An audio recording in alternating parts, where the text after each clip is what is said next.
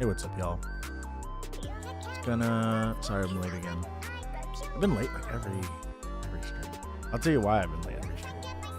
It's really just because my family needs me a lot, and I'm a good member of the family. I am a good member of the family. Hold on, let me adjust my microphone settings here a little bit because I feel like I'm a little quiet, and when I speak, sometimes it's not even. So I'm gonna turn my volume up, yo. How's it going, dudes? Anyways, we will be starting very soon. I'm just gonna email. I'm not gonna email. I mean, not email blast. What I'm talking about. I'm going to send out a blast on the Instagram, telling the world that I'm live.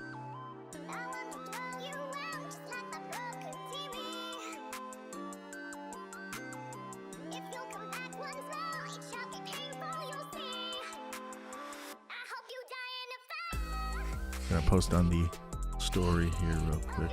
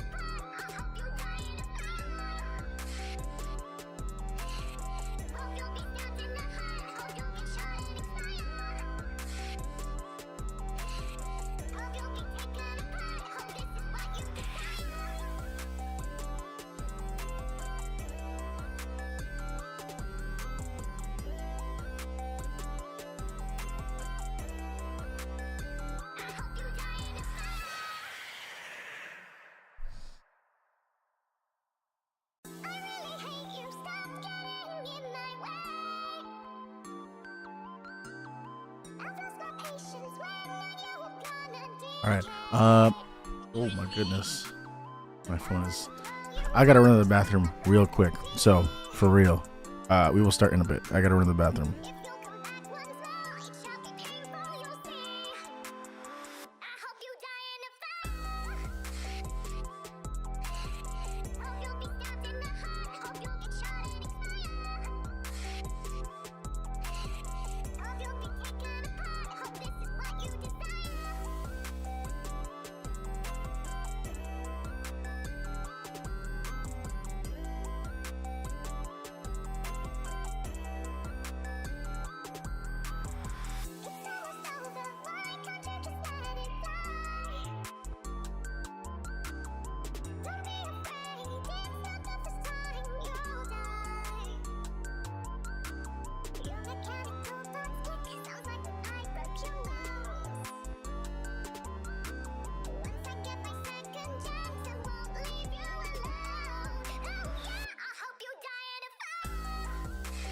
All right.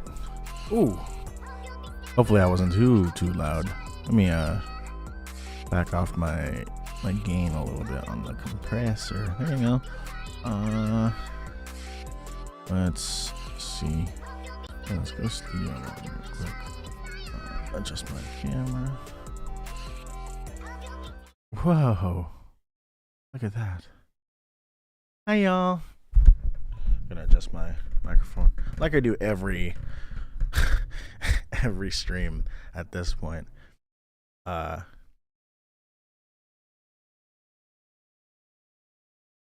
me just get situated here.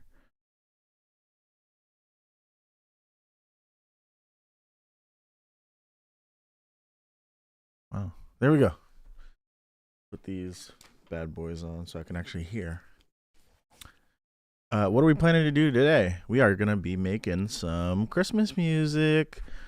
So I had hinted at this maybe either 2 streams ago or in a previous stream, but I'm working on a cover of "Hark the Herald Angels."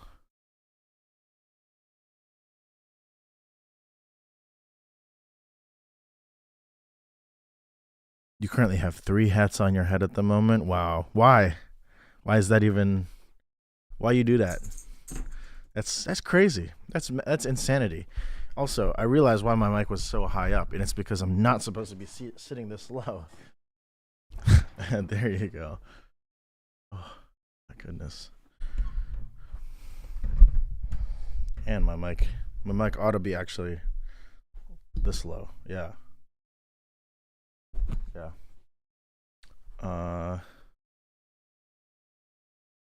What kind of hats do you have on your head?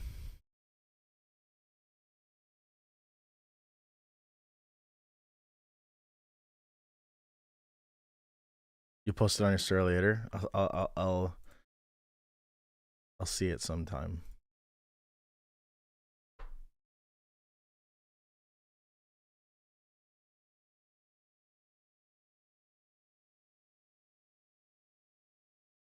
I'm just gonna double check some things here.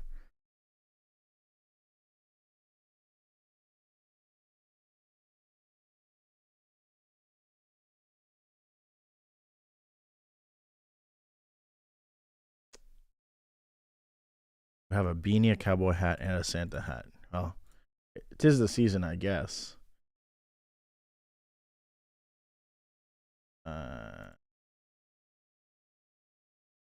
Just getting my regions all set up here. I think that's right. Yeah, I think that's good enough.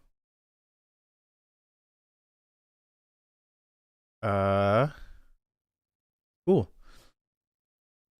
And because I'm like insanely unprepared right now, as I am every stream, I've been like insanely unprepared. So apologize for that. But because I'm also I continue to be insanely unprepared.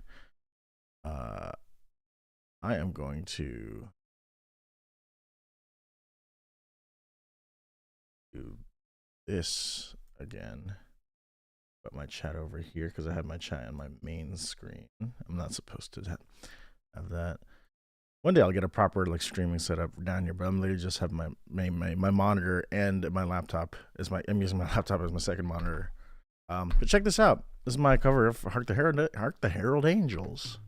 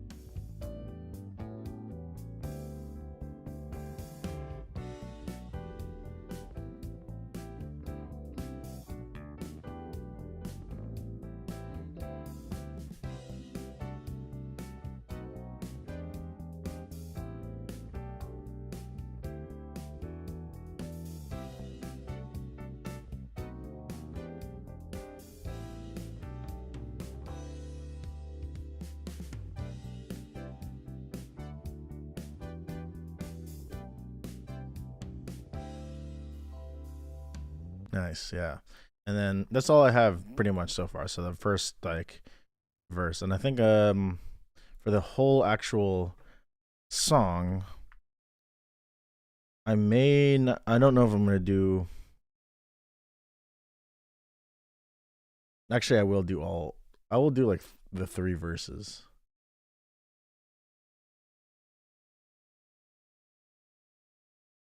Yeah, I will do all 3 verses.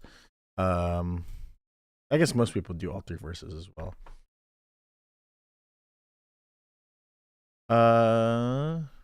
Now I just gotta figure out what I want to do for the next part, which I'm not 100% sure. Angels sing glory to the newborn King. Peace on earth and mercy mild. God has sent us reconciled.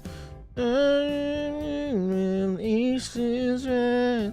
Joy the triumph of the skies. With angelic hosts proclaim, Christ is born in Bethlehem. Hark the herald angels sing, glory to the newborn King. That's going to be how the melody is laid on top of that.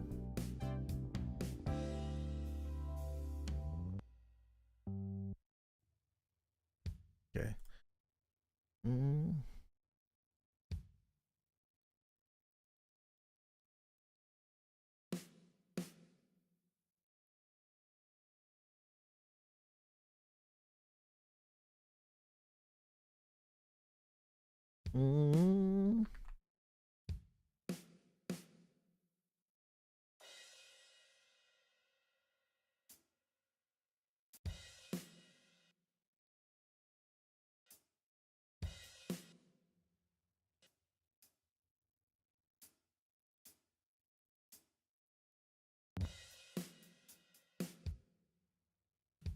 Yeah, we're gonna do like an open hi-hat, real open kind of sound here. No, not super stable, kind of like on the bass. Because so this is what we have before, right? We kind of have it down from how it was before.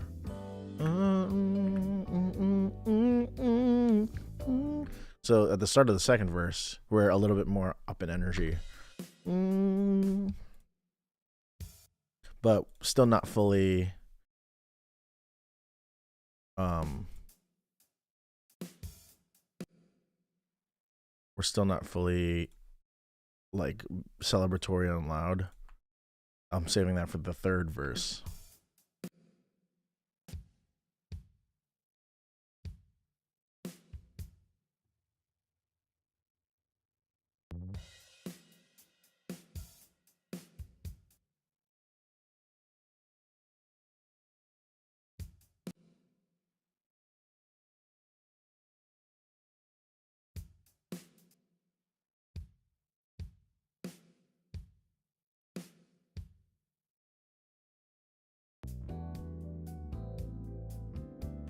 I'm just gonna copy this Rhodes over. That's not gonna be final, but it'll help me guide like how the accents are gonna be.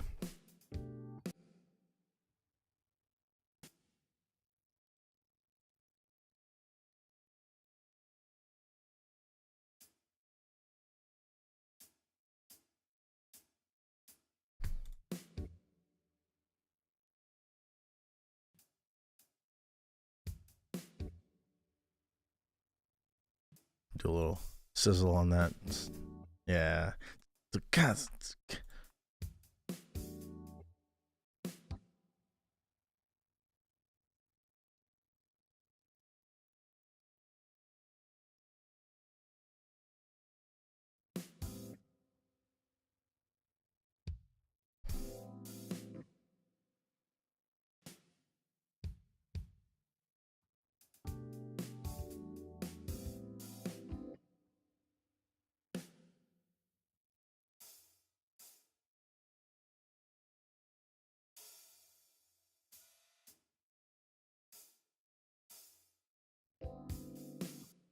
Yeah. Slightly open up the hi-hat a little bit here. Nice.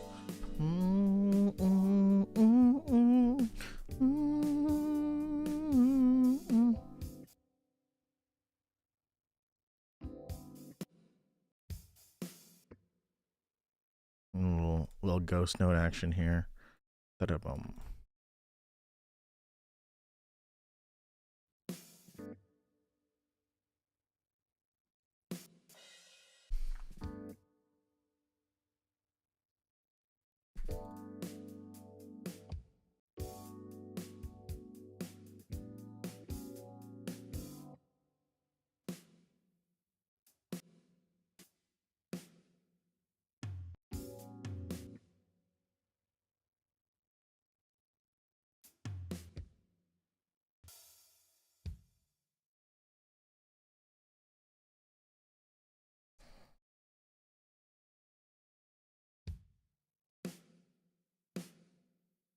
A little drum fill, long one.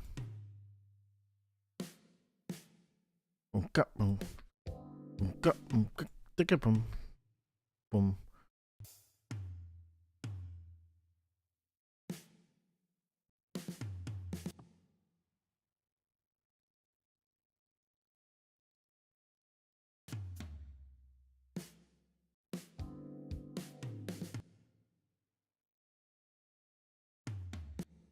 Yeah. Boom. Get that boom. Yeah.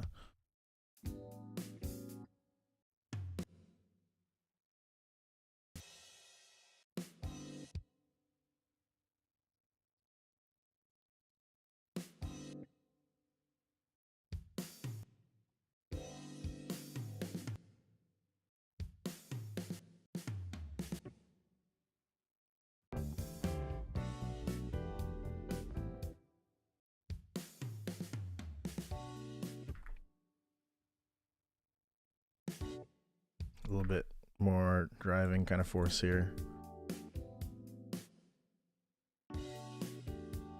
Yes. Who's emailing me?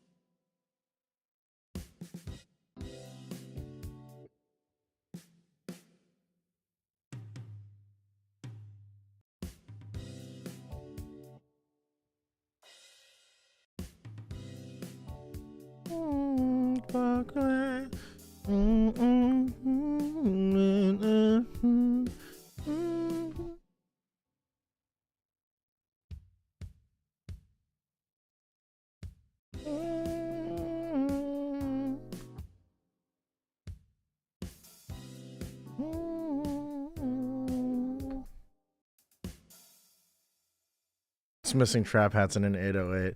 That would really complete this whole Christmas yacht rock track.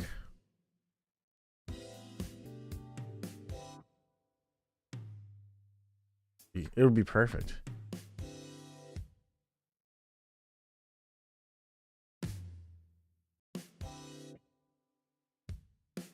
It would be cool to add like not gonna lie, it would be cool to add electronic drums to like a kind of a CR78 kind of sound, like like you're doing like a bossa rhythm in the background, something like we're speaking about Roland drum machines, something very I just use the stock Logic TR-808 or not 808 CR78.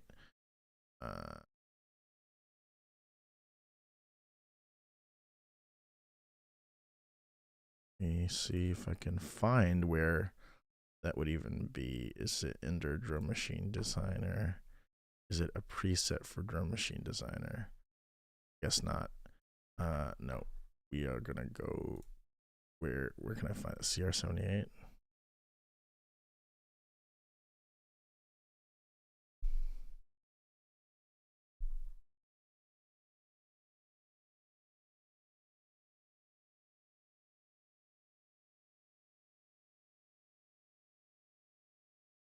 It's gonna have stuff on it, but yeah, that's fine. I made buses. Darn it.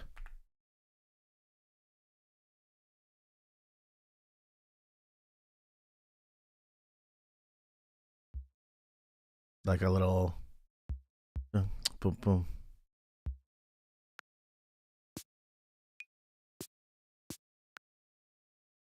Yeah, no, it's an interesting idea. We can play with it. I generally love how you can make my shit posting into something actually musical. Yeah, it's that's part of the process.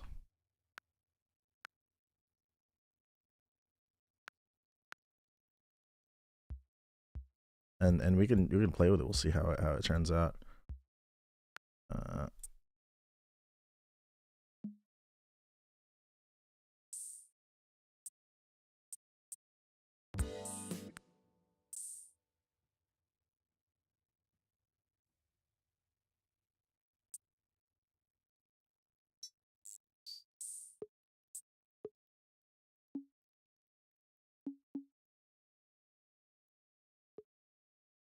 do like some a go-go rhythm at the top.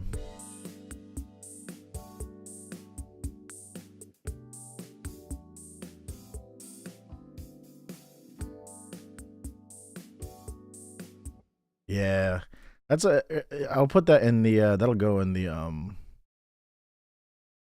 Here's a trick, by the way. I'm gonna put that in the third verse. I think that's really cool. That's a cool idea to put in the third verse. Thank you, Rich. You helped contribute to this in some fashion. One, I gotta show this cool trick because it may be helpful, and I just want to show this off. But in traditionally, drum machines are like it does work. It does work. Traditionally, drum machines, we think of these old like late 70s, early 80s drum machines as like being at the time they were considered perfect, but because they were electronic, but electronics often work, especially like more rudimentary electronics. They like being monophonic is hard, or being polyphonic is hard at the time, right? Especially for synthesizers. So a drum machine can be a little harder also for a drum machine to be polyphonic in terms of like engineering one. So if you really actually listen to old drum machines at the time, there was a certain human element to them, despite them being machines, just because often whenever like you would trigger it either through a sequencer or the inbuilt sequencer, like a Lindrum, for example, you would actually, if you were to like zoom in all the way into like the smallest details of the waveform and actually analyze the transients, they don't actually line up exactly on the grid. They're slightly off. And honestly, that's why like a lot of people like using those old drum machines, is because they have a very human element to them because of that slight variation. They seem like they'd be perfect, but they're not actually like perfect on the grid, which is why they sound great. So Logic has a MIDI transform function called Humanize that offsets them by, I guess, 10. I think this is samples. I don't know if that's how they measure it here. Which, speaking of, I should change this to 48.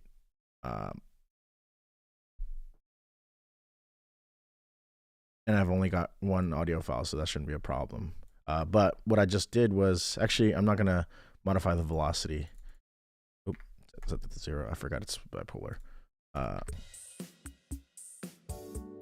Yeah, you set it only so that the position is shifted by like 10-ish. Actually, you know what? Not even 10. We'll reduce that down to like 5, because that's more what it would have been like. So we can close this window. We zoom in right on the MIDI data. It has now been like slightly nudged randomly, within a margin of like 5 samples. I guess I don't know what unit what the smallest unit of. It's not. I guess it's not samples, but like whatever these like nudge points are. I don't know what the unit that is, because they're not rhythmic time.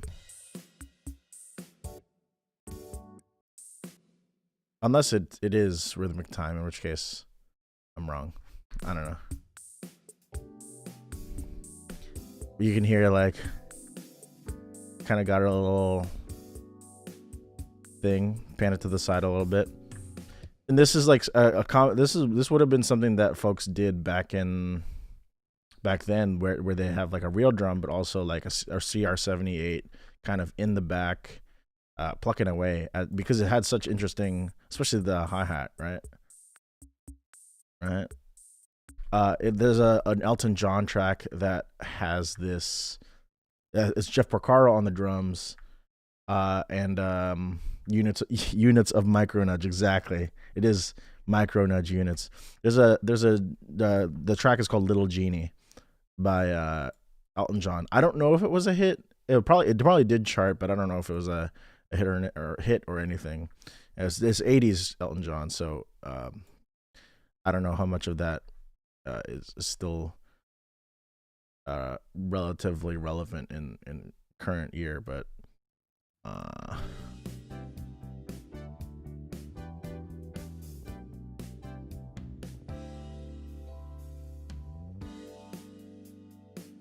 yeah, and Little Genie, I just played the track without even explaining it and why I brought it up. Little Genie has that. Little Genie has the CR78.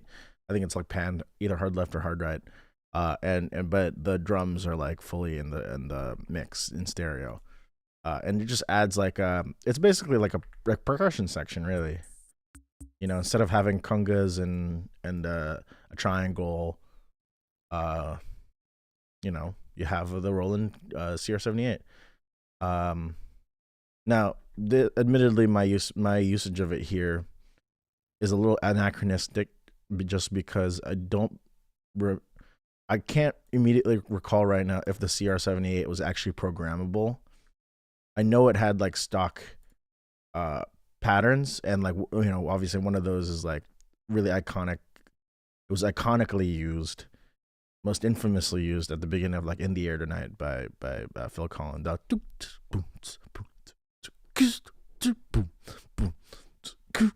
little thing, that's the CR78, and that was a preset. So if memory serves, like that was mainly what people used, was like the presets on it. There's like a bossa preset, but I don't remember if it was like programmable in any way. I could look that up, but I'm in the zone. Anyway, so that's a cool little thing that we can throw in here. And I should actually like add markers at the top just to mark out what the form is, which will be, what is my bind for the marker? Is it M? Nah, whatever. I'm just gonna manually add markers here. Intro, verse 1, and verse 2. And then, I'll do a solo. Over the changes in this one, just because I think that would be cool. And then verse 4 here, or verse 3. Sorry. That way we can make this like a 4-minute tune, or 4-minute recording. Yeah.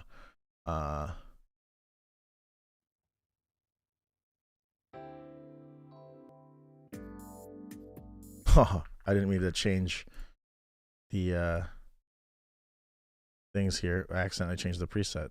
This is not supposed to be retro box. It's supposed to be whatever this is. Yes, the CR78. There you go. We're back. And speaking of, I gotta check that it didn't just make a bunch of buses that I don't want. It did. All right, let's get rid of these. Bus. Every week is a bus problem. Bus. We're saying bye to the buses. Thank you for your service. And everything that would have been bussed here, we're gonna bus to 4, and then we'll get rid of this other one. Actually, it'll be easier to do it here. Bus 4, and then no send. Beautiful. Isn't that awesome? That was amazing, guys. It was fantastic. That'll be you, Roland CR78. You can probably hear my voice is like totally shot. I had a gig last night in Little Falls, New Jersey, with a little musician pal named Nico Davis, and on the way to pick people up, since I'm usually the principal driver. I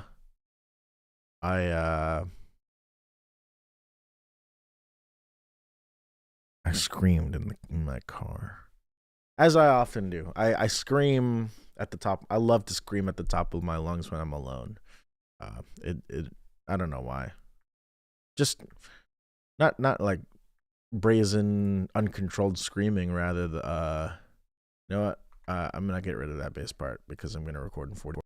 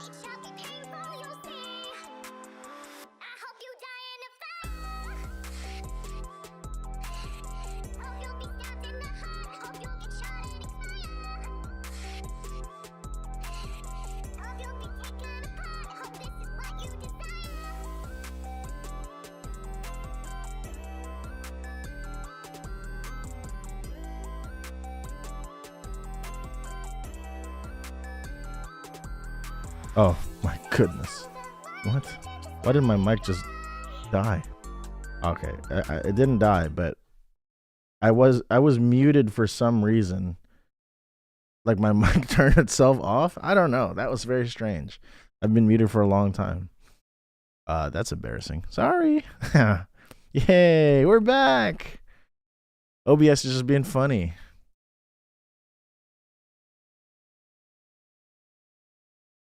I did piss off the OBS gods. They were unhappy with the way that I was programming these drums.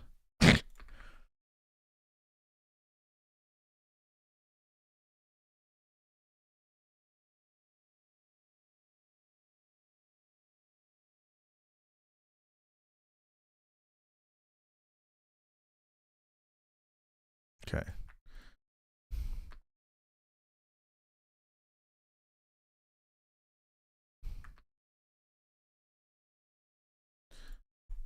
You know what? Because of this section, how different it is, I'm gonna just make a new region. I'm not gonna copy paste. And this is the solo, so it's a little bit more intense. We'll do this typical pattern for this style, which is the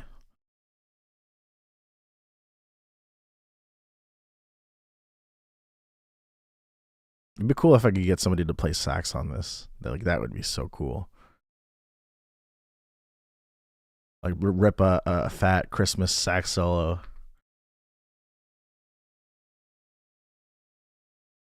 on the on this track.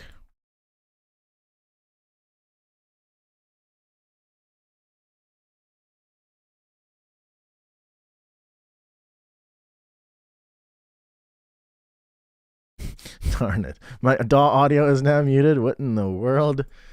My computer is pooping its pants. Let's try that.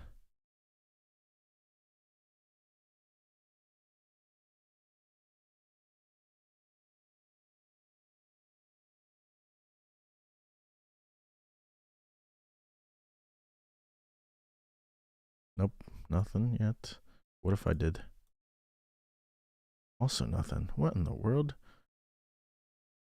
Wait. I know what happened. It's because I switched to 48K on my DAW. And what is my audio? It's also set to 48K. What in the world? Hold on. Maybe I need to redo this.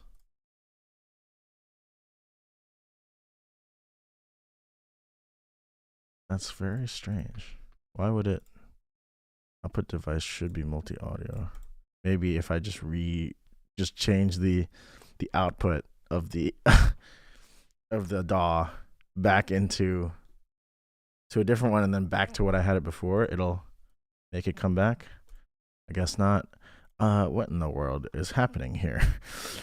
OBS, you are getting on my nerves right now. OBS, you're on notice. You're on thin ice. Desktop audio. Okay, that's very weird because it had not done that before on that device that I was doing. Okay, but we should have DAW audio back now. That's weird. Yes. Thank you, Frog. Love the Steely Brain Rot. We're gonna have a Steely Dan Christmas here. We're gonna have a Steely Dan Christmas. Check this out.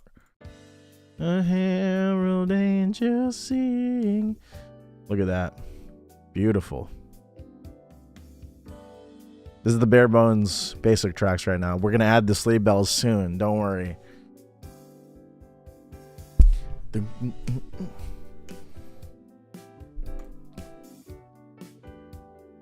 It's gonna be the yachtiest Christmas that's ever yachted.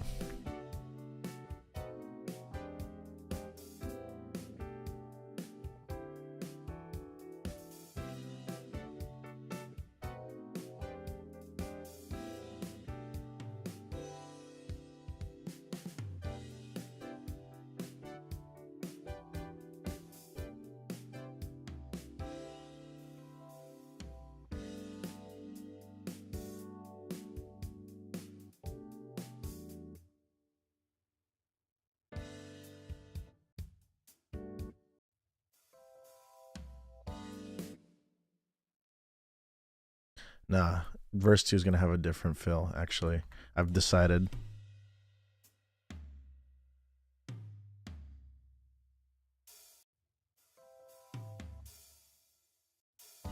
Since this is a Steely Dan Christmas, we're gonna do a Steely Dan fill.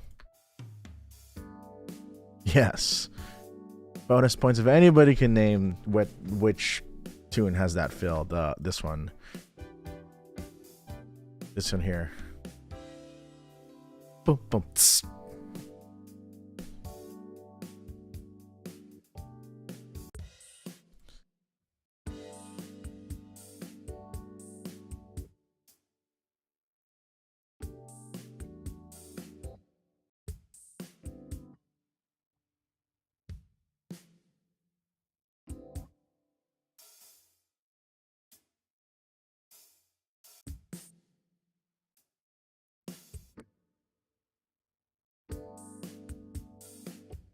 Nice.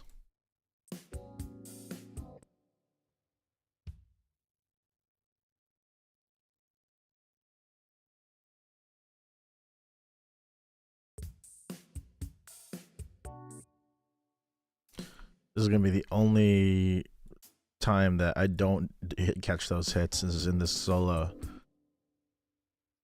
But I will do like a build. Okay.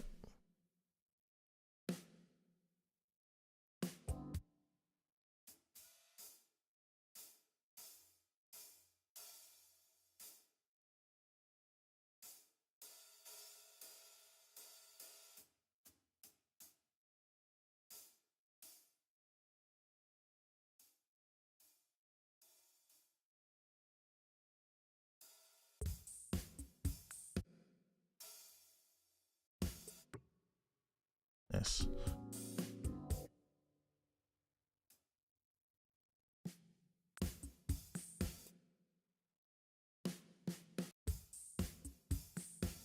Nice. We got a good, nice groove going.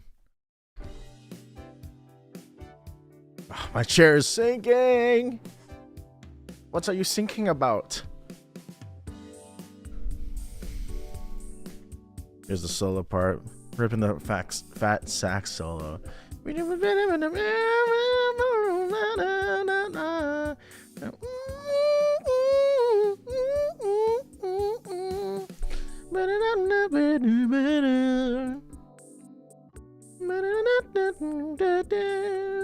Something like that. I don't know.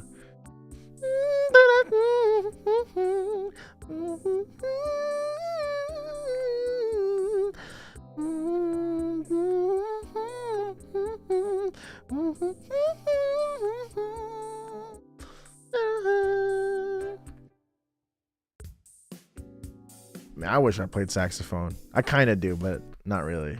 Not good enough to actually perform. And actually, I will. This is where I'll copy and paste. Is this like little second half thing?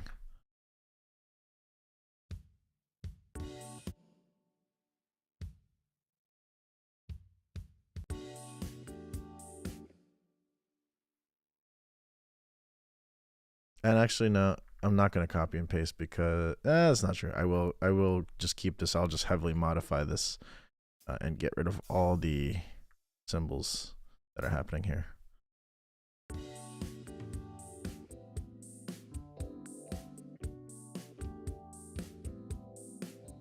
And it's going to be 4 on the floor this entire solo, or this entire part of the solo.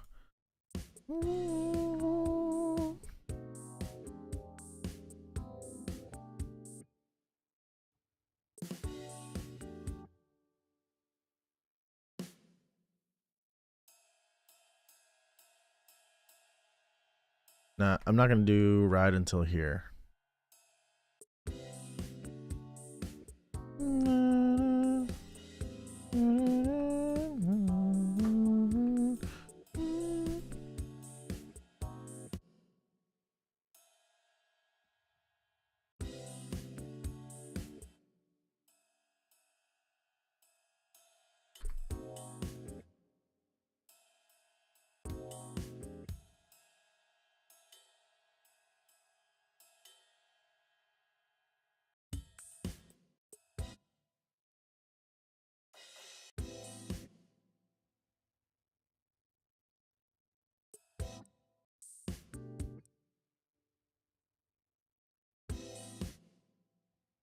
And then we'll do a hi-hat thing.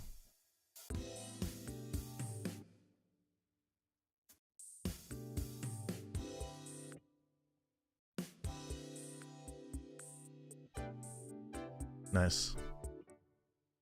And then actually we'll let it cut off here. Yeah. Actually, no. Put that all together. There you go. Yes.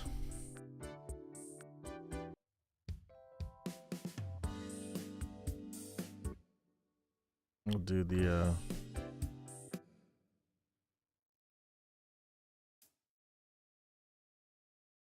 we'll do ride on this iteration of the interlude thing. And on the bells.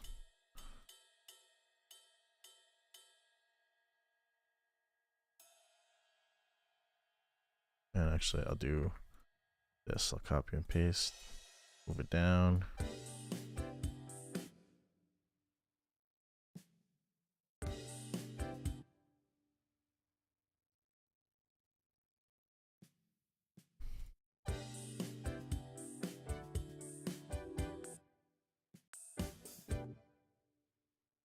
Let's get rid of this.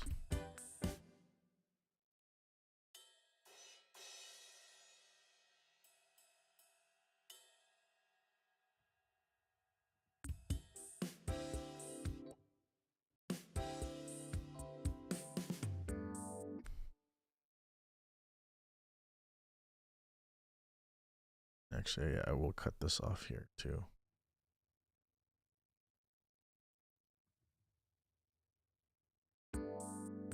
Yes.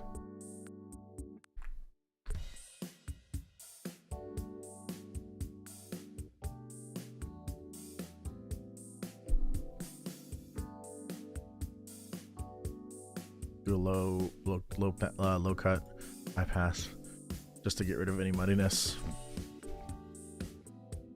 Oh, I forgot to put rides here. That's funny. I know. I wasn't gonna do rides. I was gonna do hi-hats. But like slightly open hi-hats.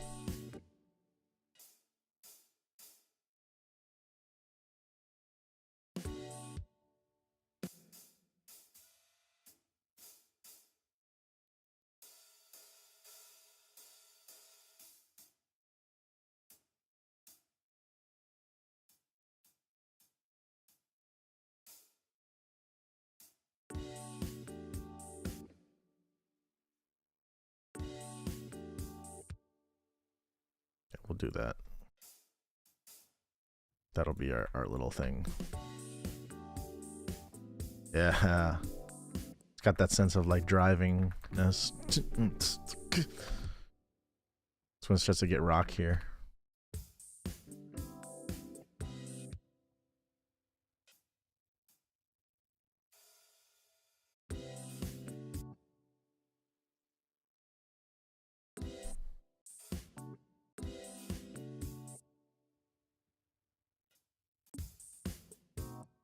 Yeah, nice.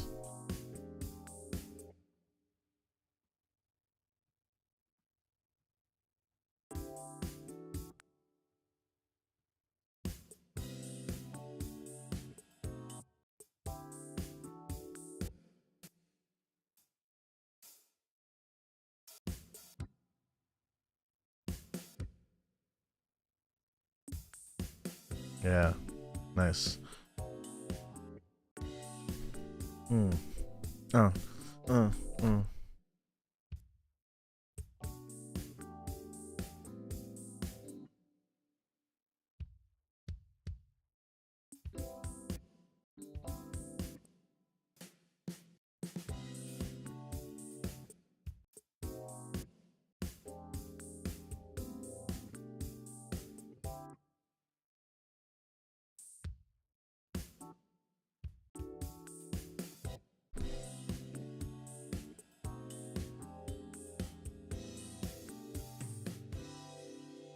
nice.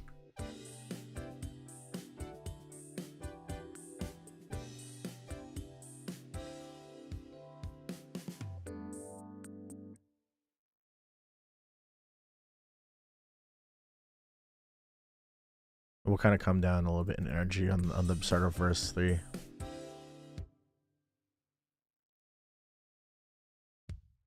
Dum, dum.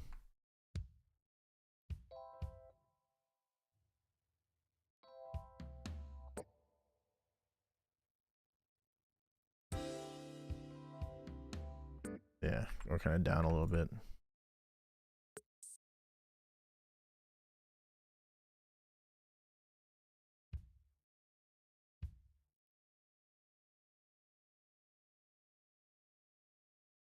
Now, what was my pattern here for the verse 1? Oh. It's like a boom, boom, boom, boom. I'll do like a.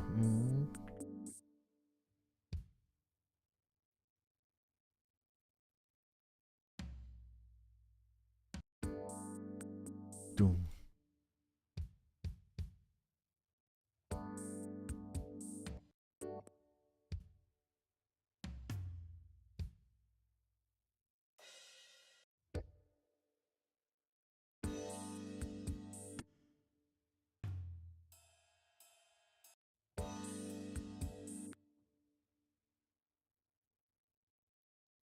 Do like some hi-hat chicks and stuff.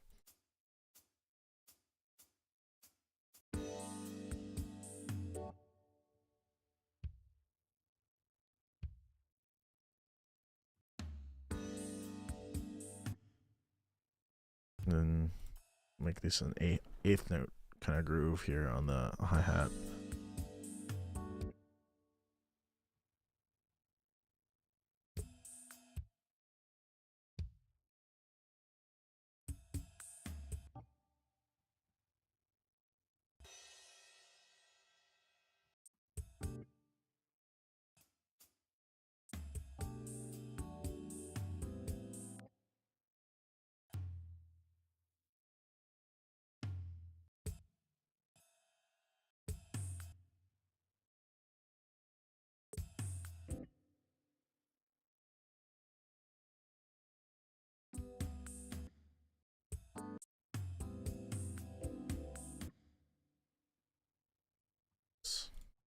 And then we'll crash the ride, which is here.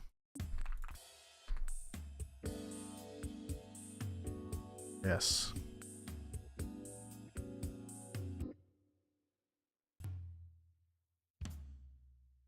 And then we'll crash the ride again. And then we'll sort of build a bum bum bum bum bum ka back into the full loud dum dum dum ka.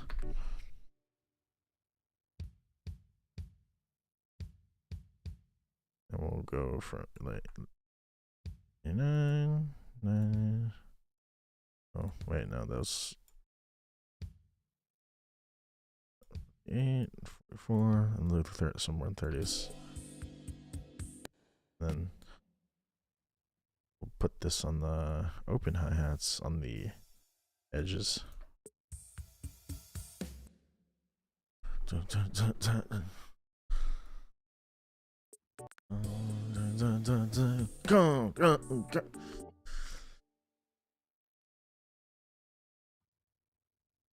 loud like.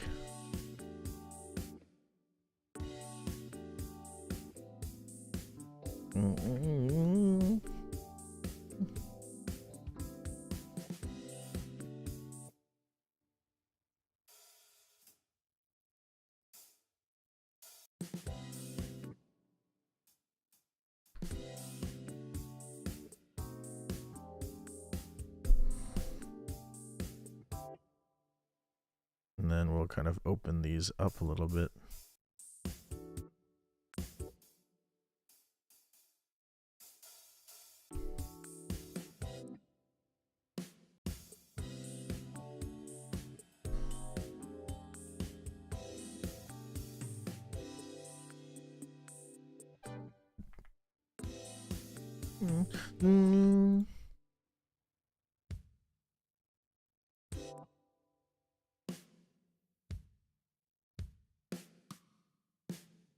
we're just gonna go right in. We're not gonna let it hang. And then we'll do.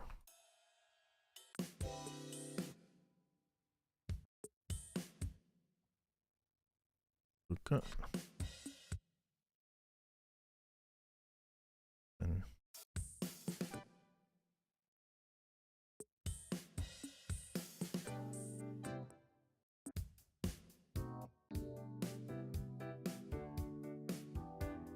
loud outro thing.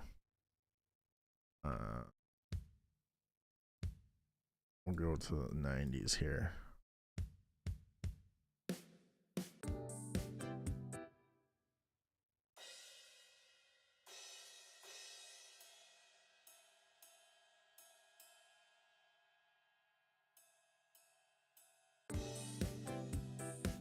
Yes.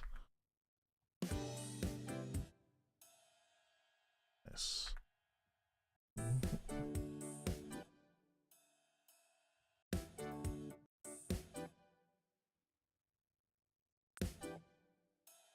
Do like a little on the left side.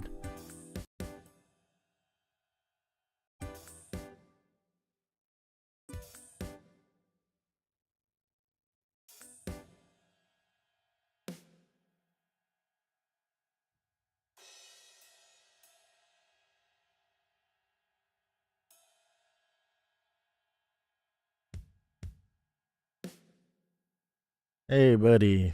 Welcome in. Thank you for tuning in. I've been working on this new cover slated to come out hopefully first week of December, if not second week of December.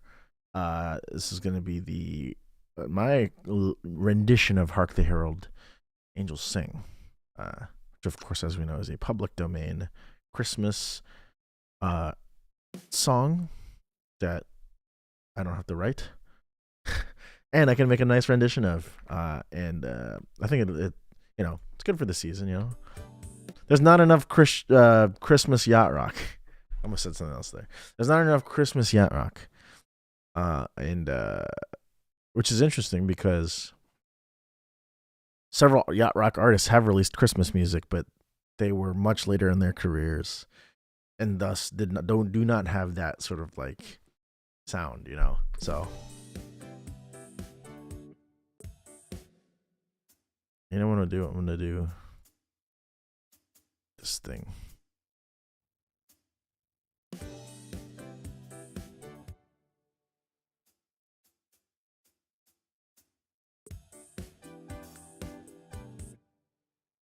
Little hi-hat check on the left foot.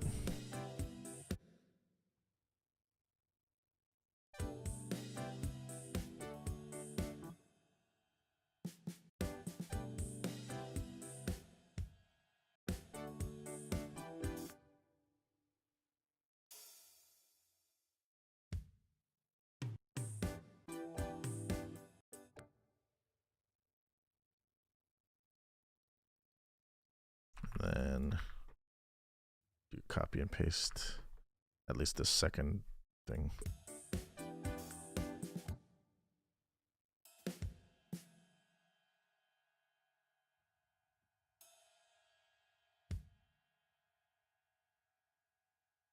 A little of the old Yuletide yachting, as you've put it wonderfully, buddy. Yes, a little Yuletide yachting, exactly.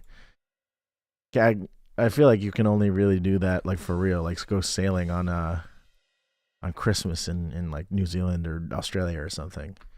There's no way you're doing it around here.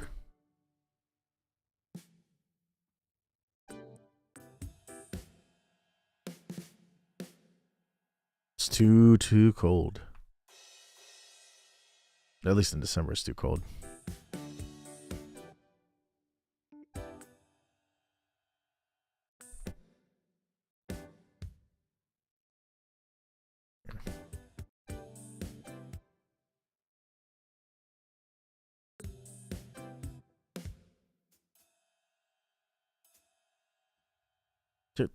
Boom. We're gonna end it with like a boom.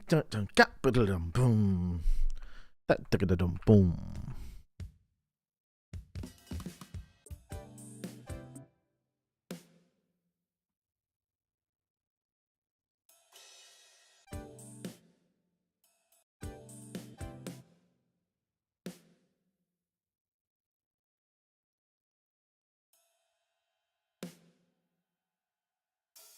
So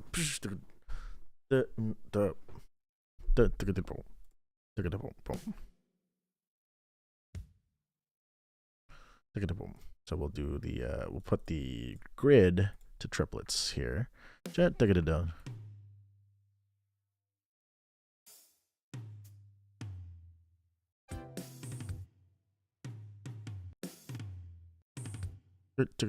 Or maybe oh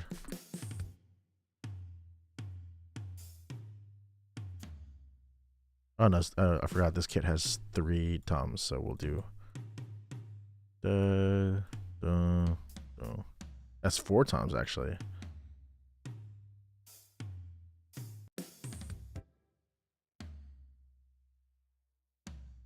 I forgot.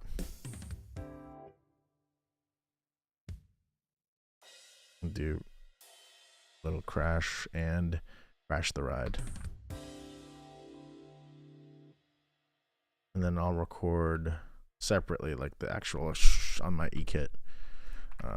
Just because I think it's not that easy to do in MIDI to do whatever you call that. I don't know the name for it. Little crescendos, little tremolos.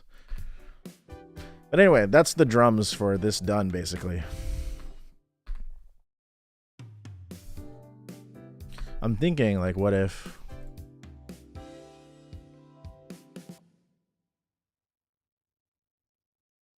Yeah, a little Percaro kit kind of thing. I got the Percaro kit kind of going a little bit here. I mentioned this in a previous stream, but this library that I use for like all this kind of like retro kind of sound stuff, I use Elliot Shiner's State of the Art. State of the Art is what it's called. This, I studied a little bit of like what Percaro's setup would have been at the time. This is like the closest I could get in this library. And this library I happen to really like just because Elliot Shiner is one of the engineers who are on like all those like a bunch of classic yacht rock records, like Boskag's Middleman. He was on Gaucho. I think he was on Asia as well. Steely Dan. I think he was also an engineer on Donald Fagen's The Nightfly. And this particular room has this kit in it, or at least like there's a couple samples that were recorded in this room, and this kit is unique because it's one of the few that has a kick drum with no front head, no reso head,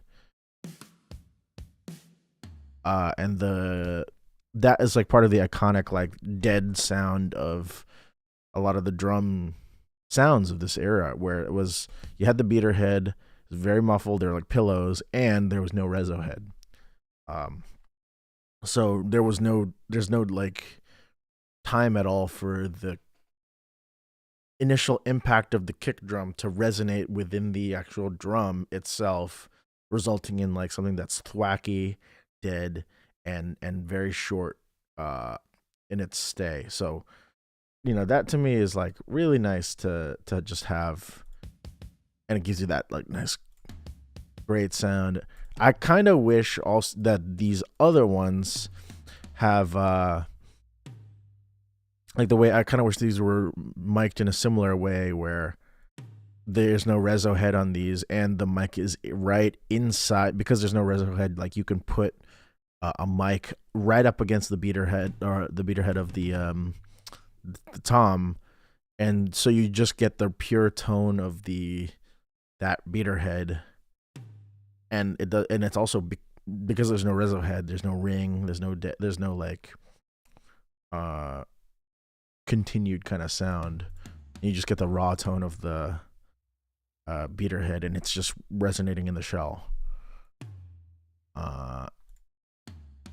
There's a superior drummer library that has that, and I do want to get it. I think Area 33 Origin has a bunch of like old kits that are mic'd up like classic style, because that's a drum library that's more catered to like recreating the sounds of like old classic rock, that's how a lot of them were mic'd as well. But yes, that's right. And the snare sounded like it was filled with water. Yeah, a little bit. like that dead kind of sound. I think it's really hard to get the same exact kind of snare sound as they did on those like 70s, 80s, late 70s, early 80s records. I don't know particularly know why. I don't know how they deaded them. But this is I think this gets pretty close. It still has like it's a little bit more compressed, comparatively to how it would have been back then. But I do know that Porcaro, at least by the 80s, had been playing a Ludwig Black Beauty, if I'm not mistaken, as his actual like snare. And this has a Black Beauty sample, and I've just kind of like manipulated the actual like tuning of it to be a little higher, because he did tune his thing a little higher. And also I think he only had 4 toms, which is why I took this tom out. Otherwise it would be sound like that, but I think I just took that out because I don't think he had a 10-incher like that. And I don't think he had a small drum that's about 10-inch size. I didn't execute that well on that one. My bad. Anyway, let's remove that.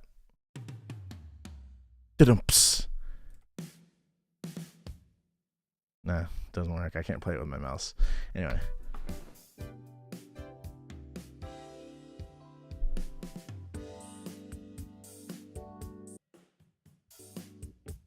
And this particular, I think, patch is meant to mimic the way that his kit started to be sounding by like 83 and onward, because there's more room in it now. A lot of like his sound is very room forward once like we passed like 1985. Whereas like you go like even way before that and there's like no room at all. It's just like dry.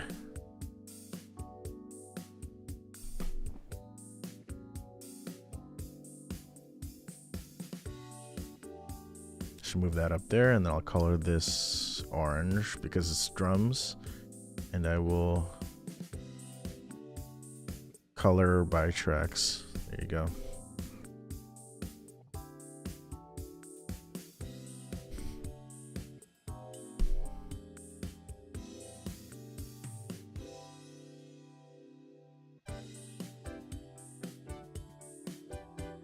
Cool. This is what it sounds like so far. I'm gonna just play it while I go grab my cable and guitar.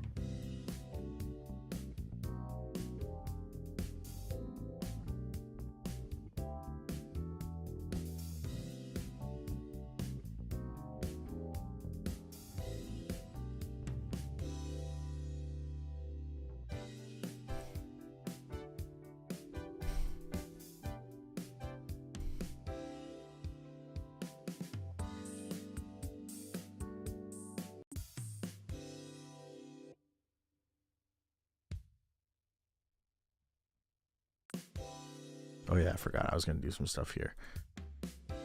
Thank you. Sounds great so far, dude. Thank you so much. I appreciate that.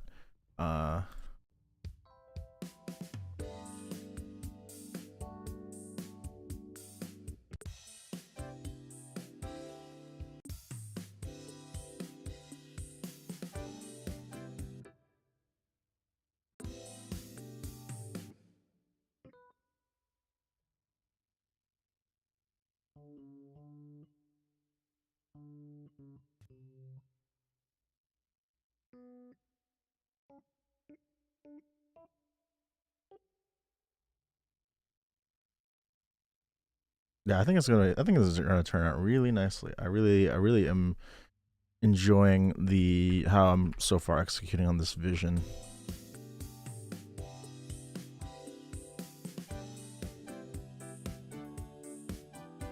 Nice.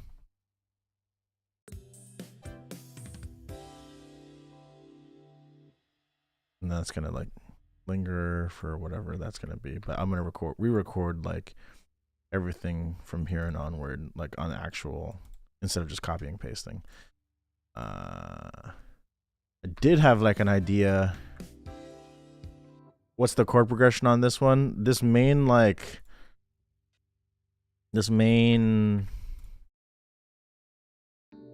motif that I've sort of centered this entire thing around, besides like the usual like chords of the actual original tune, is here's the classic Steely Dan chord. I don't know what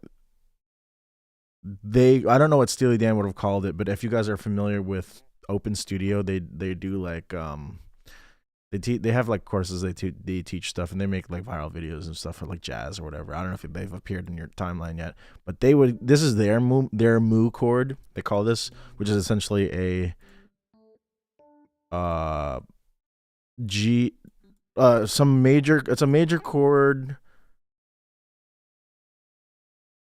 add 9 or sus2, I guess, with the third in the bass. So like in this example, this is a G chord. This is a G sus2 with its third with a B in the bass, which is the third of G. So it gives you this like really nice suspended sound.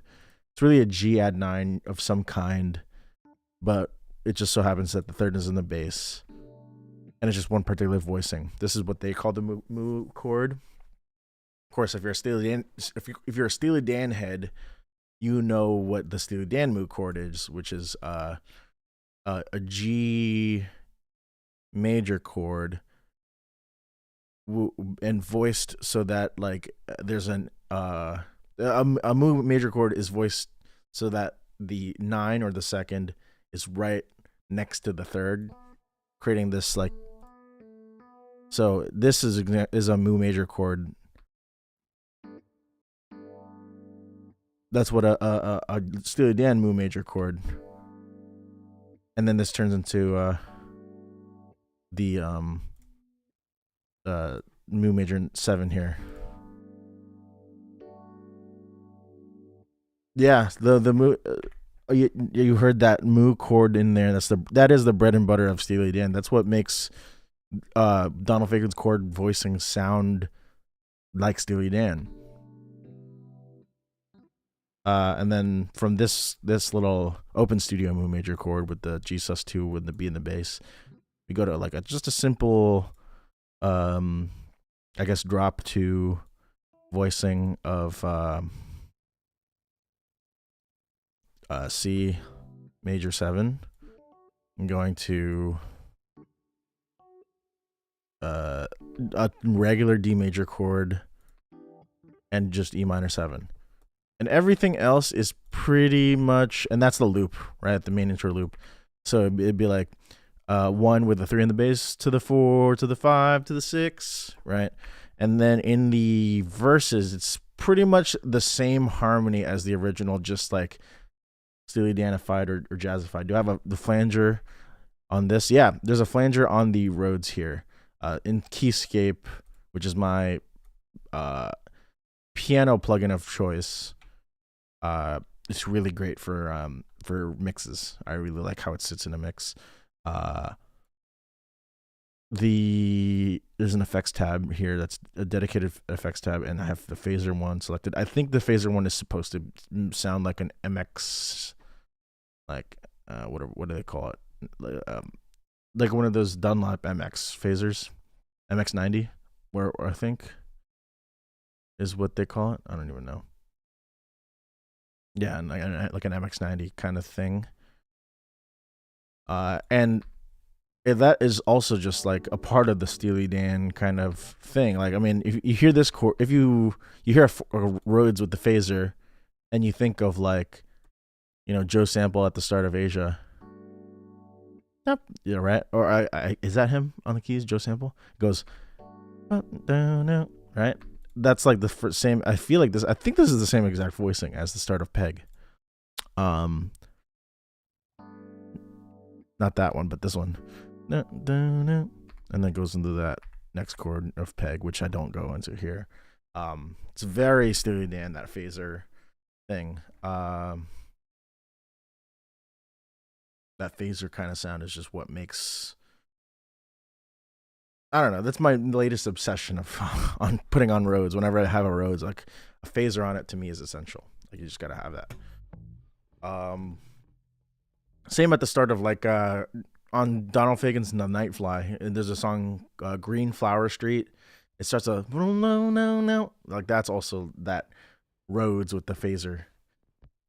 It's totally like a key ingredient for the Steely Dan sound is the Rhodes with the phaser on it. It's just it's a cherry on the top. It's really just they've, and I guess when did they start really doing that? I guess like Katie Lied would be the record that they probably started doing that on, and like that's just such an iconic sound. Yeah, I love it.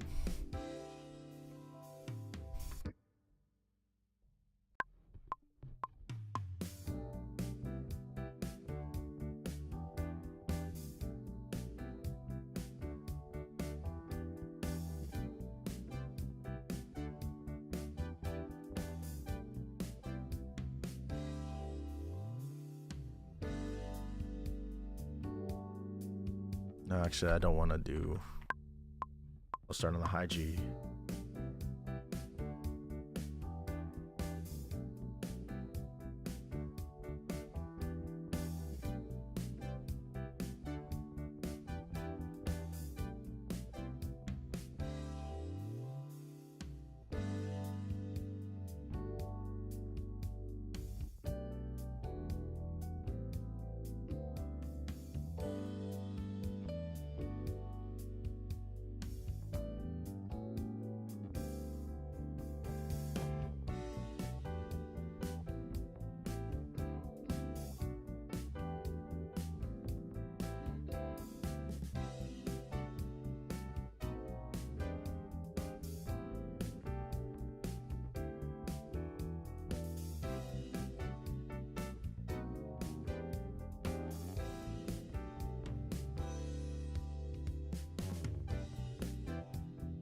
Oh, it goes into. Sorry, I started playing it wrong. They probably have some of that on Pretzel Logic too. Like, not gonna lie. But when I think of like of that Rhodes sound with the phaser, the earliest example that I think that's most iconic is probably like start of like Black Friday with like David Paich doing that. I think that's Paich who does that. Because it's Paich and there's two guys who are playing E piano on that, if I remember correctly.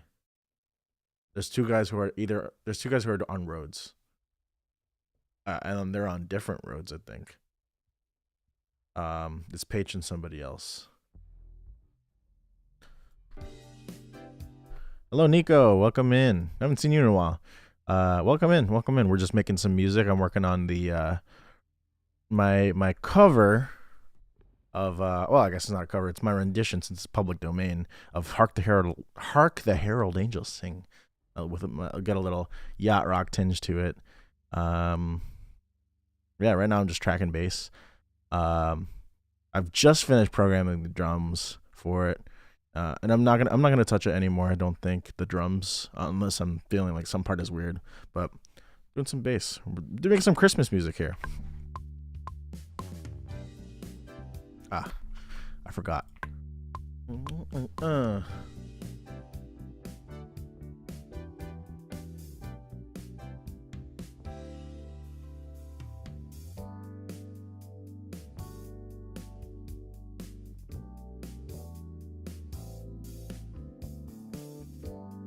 Actually, wait a second. Is my bass even in tune? Some notes sound weird.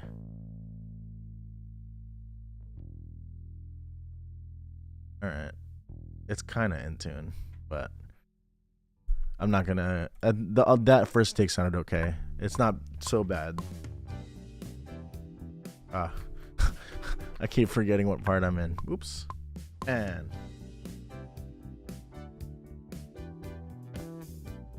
I don't like that one.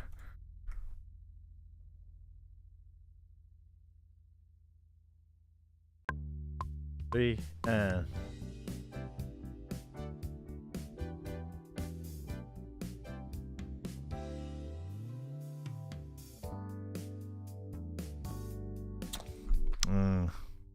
let's do it one more time. 3 and...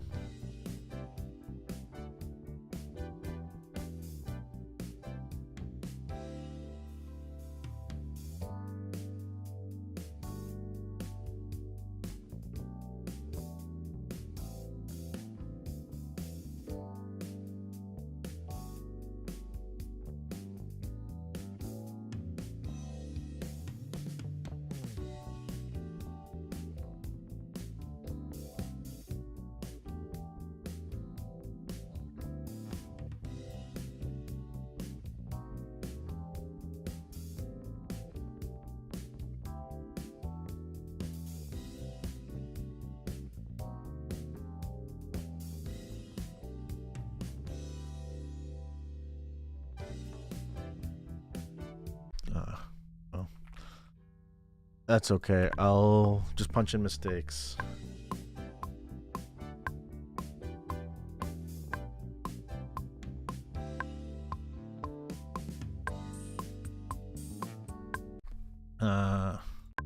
Just going to the solo and...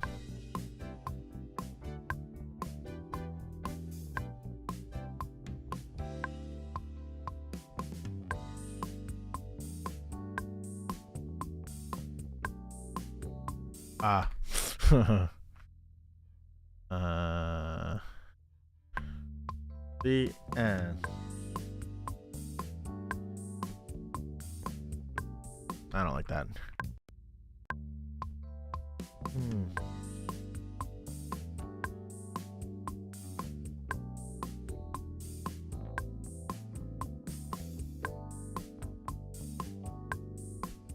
Here I can do more of a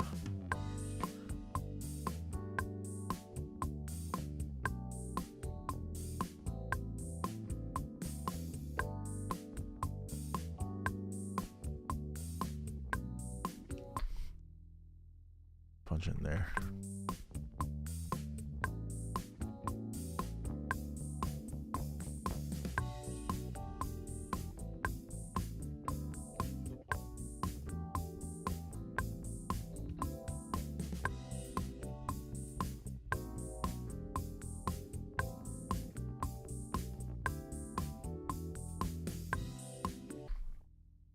Punch in there. This is where like I'll put a solo, maybe a guitar solo. If I can't find a saxophone player who can do something in short notice, then I'll probably do a guitar solo, because I think a sax solo would be so cool here. Wait, why does there a I didn't mean to duplicate that track. What was that?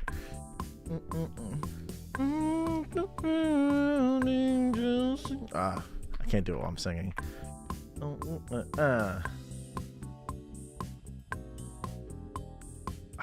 I missed that again. Oh, the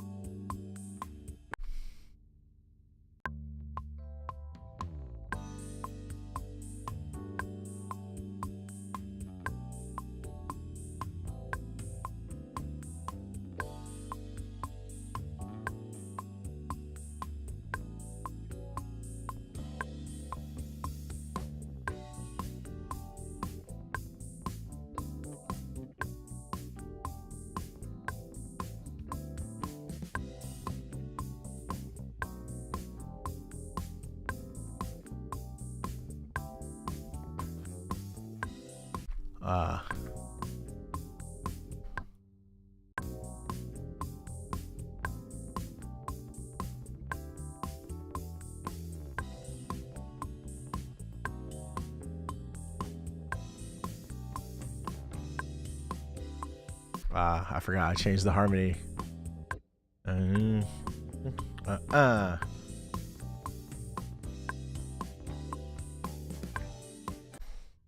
Do both? F it, yes. Both would be fantastic if I could swing that. I'll do like a saxophone solo for like 4 bars. We'll trade 4s, and then guitar comes in.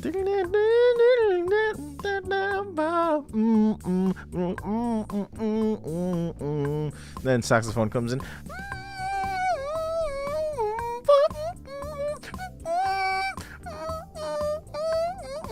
Guitar comes in.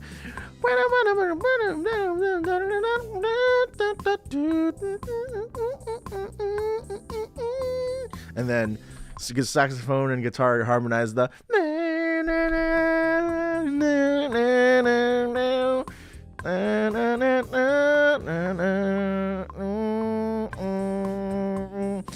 And then go wild for a little. And then back down. Now that would be cool. That would be awesome.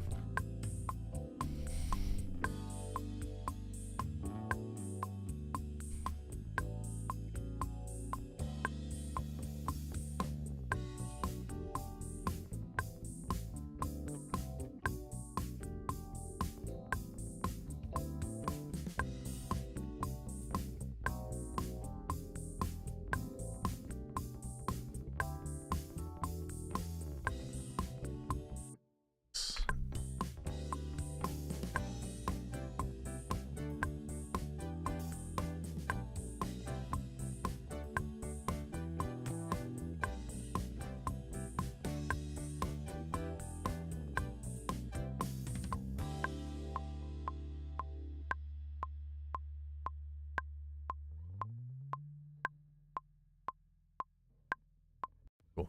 I think that'll be it. If I made any mistakes in this beginning one, let's hear it. Yeah, you felt that? That's just like I'm here. I'm seeing the vision. I'm seeing the vision. That's cool. Doing the both guitar and sax. That'd be sick.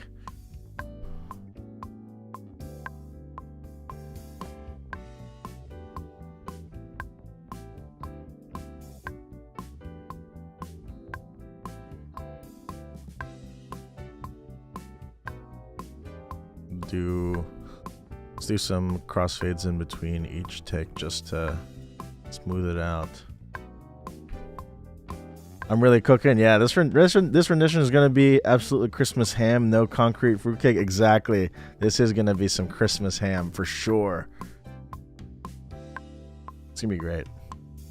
Once I add the sleigh bells and tubular bells and everything and make it super Christmassy, like it'll be like it's Christmas in July. We can go on the open sea in a small boat and crack open some cold ones while we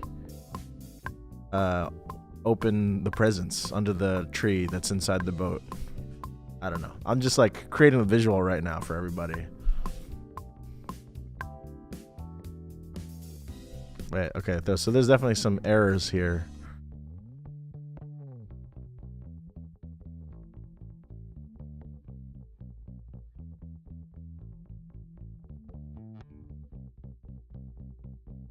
Oh yeah.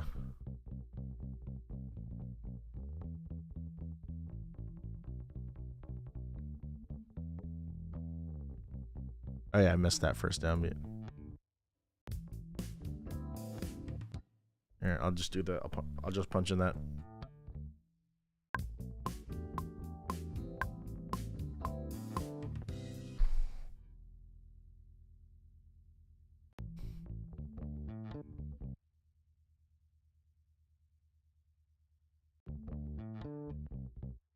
I'll do.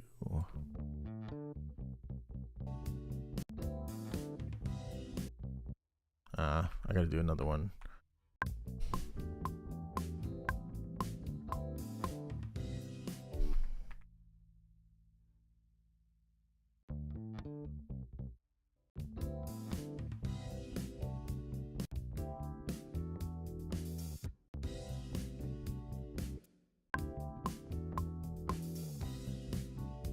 Yes.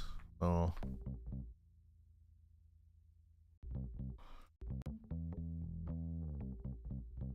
Beautiful. Yuletide yachting, exactly. That's my trademark. If only I had filmed videos of me in the summer, shirtless with a Santa hat by the beach. No, I'll just go to Australia or something.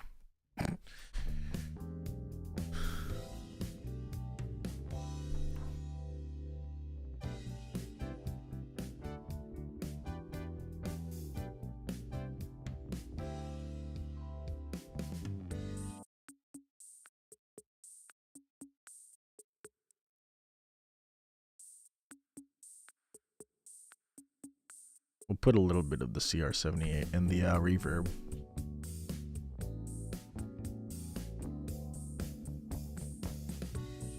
And then see about doing this. Doing this. Doing this. And just making this less sensitive to the transients. Then we'll just kind of grid everything a little bit after that. Oop, don't need to get rid of that one.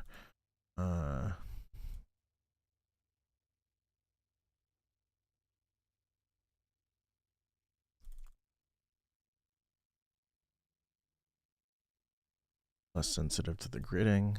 The gritty.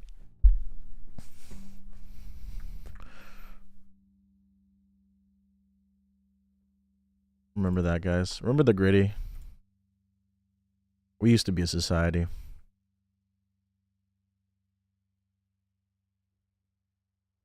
Now it's 6'7" and 6'1" and all that. We used to be a country. Anyway,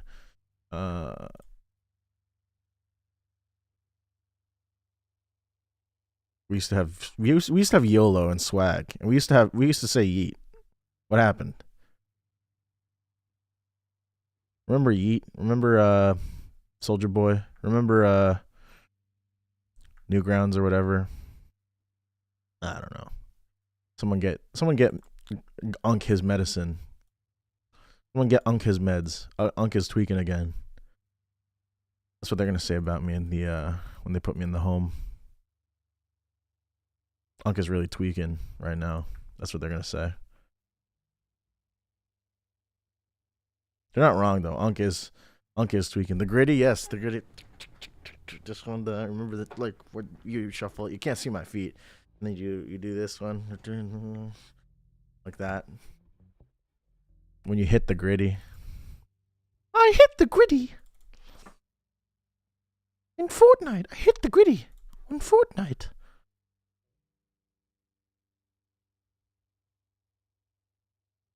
whatever that little kid said. I miss that kid. He was the last great patriot. Anyway.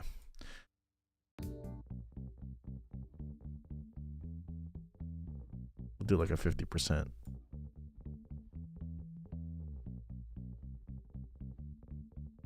It sounded like a dance. Yeah.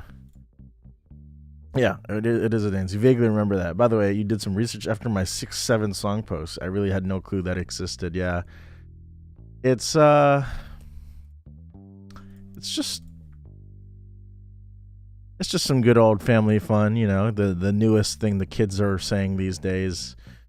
And I don't blame you for not knowing that it existed, because the only way that you could possibly know that like is real or like is a thing is if like you either spend too much time on the internet around like on young people internet. Actually, I should do that. On young people internet, and or you're like me, who's kind of obsessed with just like the various fascinations of my generation and the generation below me. I'm a big meme guy, obviously, right? You can tell. Although I didn't realize how bad it was until the other day when I was bowling and there was some children nearby and I could hear them just saying 6-7, 6-7. And then I understood why some people thought it was annoying. Before then, I was like, I'm fine with annoying other people with it, but now I understand that, yeah, if I was a parent of 3 children from the ages of 4 to 7, maybe 8, maybe 6 or 7, I would also maybe at times want to tear my hair out from my head. It's all in good fun. I mean, literally the original. I also have a special attachment to that song, to that phrase, just because it originated in my hometown of Philadelphia, Pennsylvania, from local hometown hero Skrilla, from his hit song "Doot Doot." You can guess how many of those statements are facetious, but I'll tell you, it's not the fact that I'm from Philadelphia. I wasn't lying about that. Nah, he's cool. Skrilla's cool. I just don't listen to him. That's not my kind of music. I'm not a drill guy. More of when it comes to hip hop, I'm an old school guy. You know, old school, maybe some jazz rap. Tribe Called Quest. I'm an old head. I'm unk, as they say. I'm unk. I'm chopped, and I'm unk, as the kids are saying. And I listen to unk hip hop. I listen to unk music in general, though, to be fair. So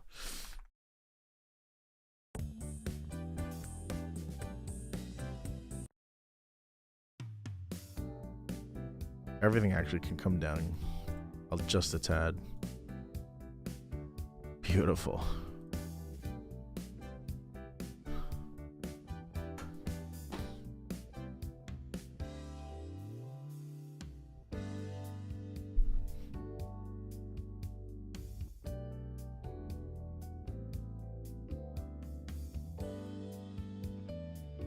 Actually, I should change it to monophonic.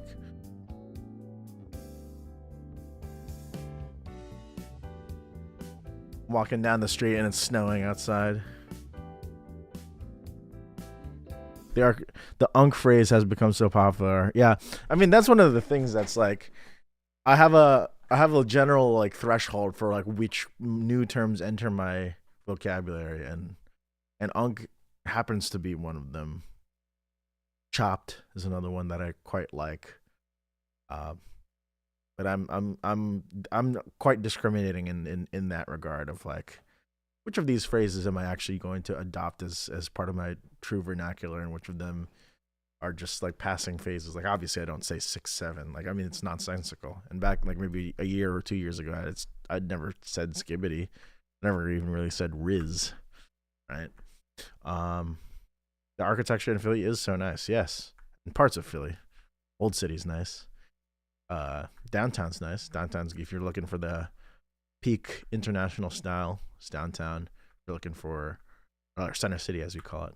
You're looking for the nice 1700s, 1800s. Old City's nice. The houses up in the rolling hills of northwest Philadelphia are also quite nice. But I can take or leave all the row homes and whatnot. It's not my jam.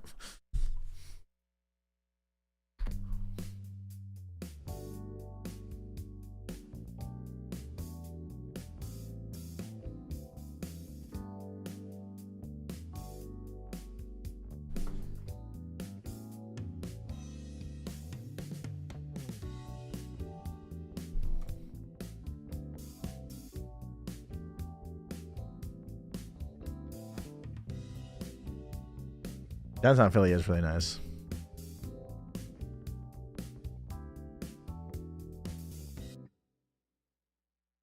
Though I not a city boy myself, or at least like as I've gotten older, I've realized I quite like my place of residence being relatively quiet. The hustle and bustle I've become disillusioned with.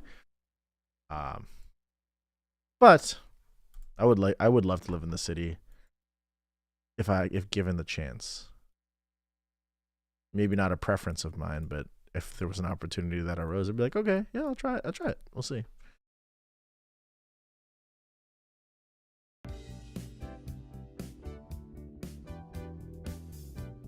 All right, where can I now take this? Because we have roads.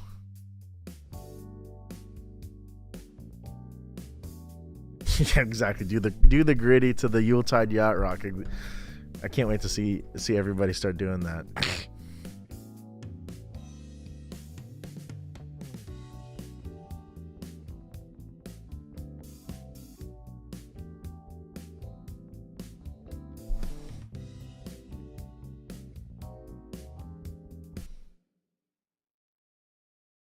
Here, I'm gonna do.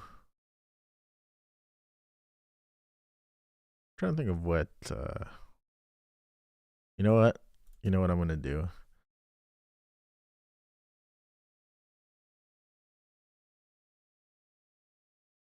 Strings. We're gonna do some strings.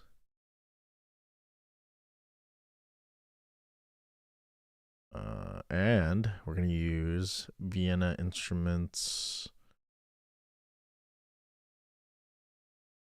Nah, we're gonna use studio strings built in, because I think choosing articulations is a pain if it's not built into the actual MIDI.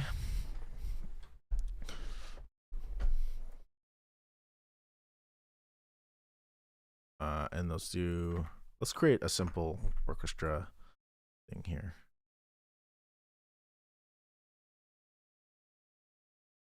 Violin 1. Let's see. Violin 2. Do viola.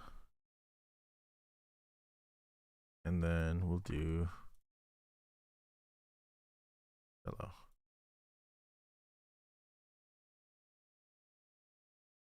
And then we will pan these left, center, left, center, right. Right, what is that? 31, 31. So it's balanced. And then there's track stack. Strings. Beautiful. Will I be accompanying this song with a video? Yes, I will do a video for this. I should do a video for this, and I can promise uh the I can promise that I will use the gritty in the video. That I for sure can deliver upon. Why is my keyboard off?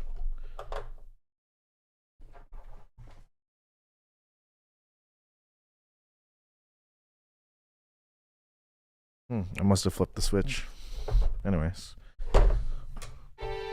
Whoa. There's the violin. We'll get the strings down.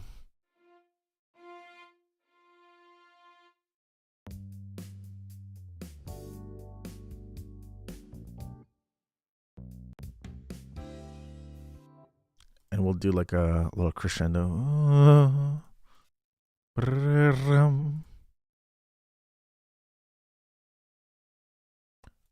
Yeah, like a. Actually, I should do dynamics via control on all of these. I forgot to do that.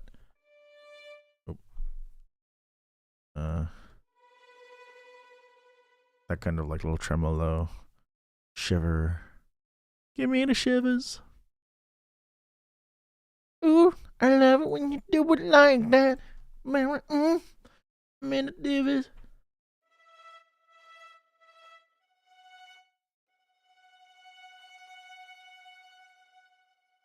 Beautiful. Nice. We'll do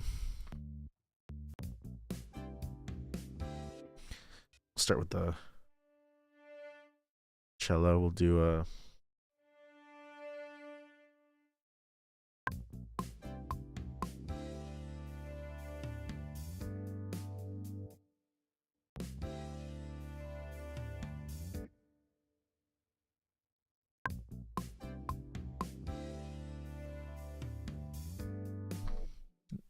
little soft little thing there.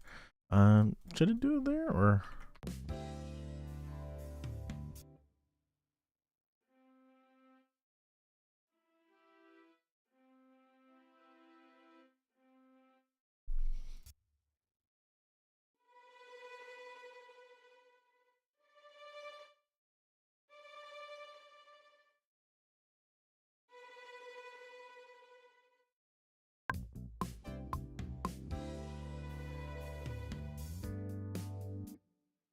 Is that too low?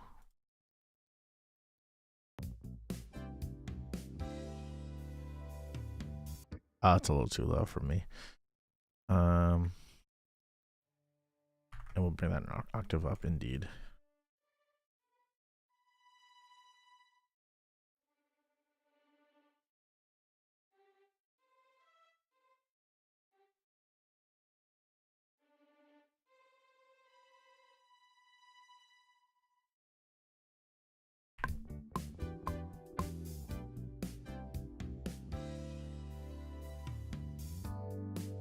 Nice. Little 13 kind of sound.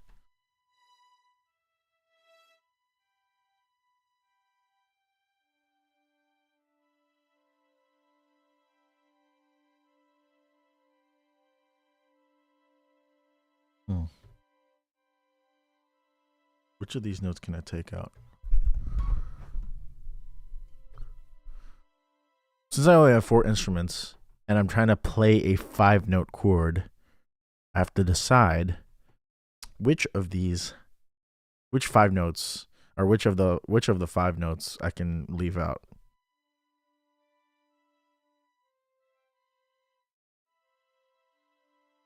Conventional wisdom says 5 is the one that can always be dropped in a chord, the 5th, because it doesn't provide any harmonic information. So, that said, I am going to leave out the G.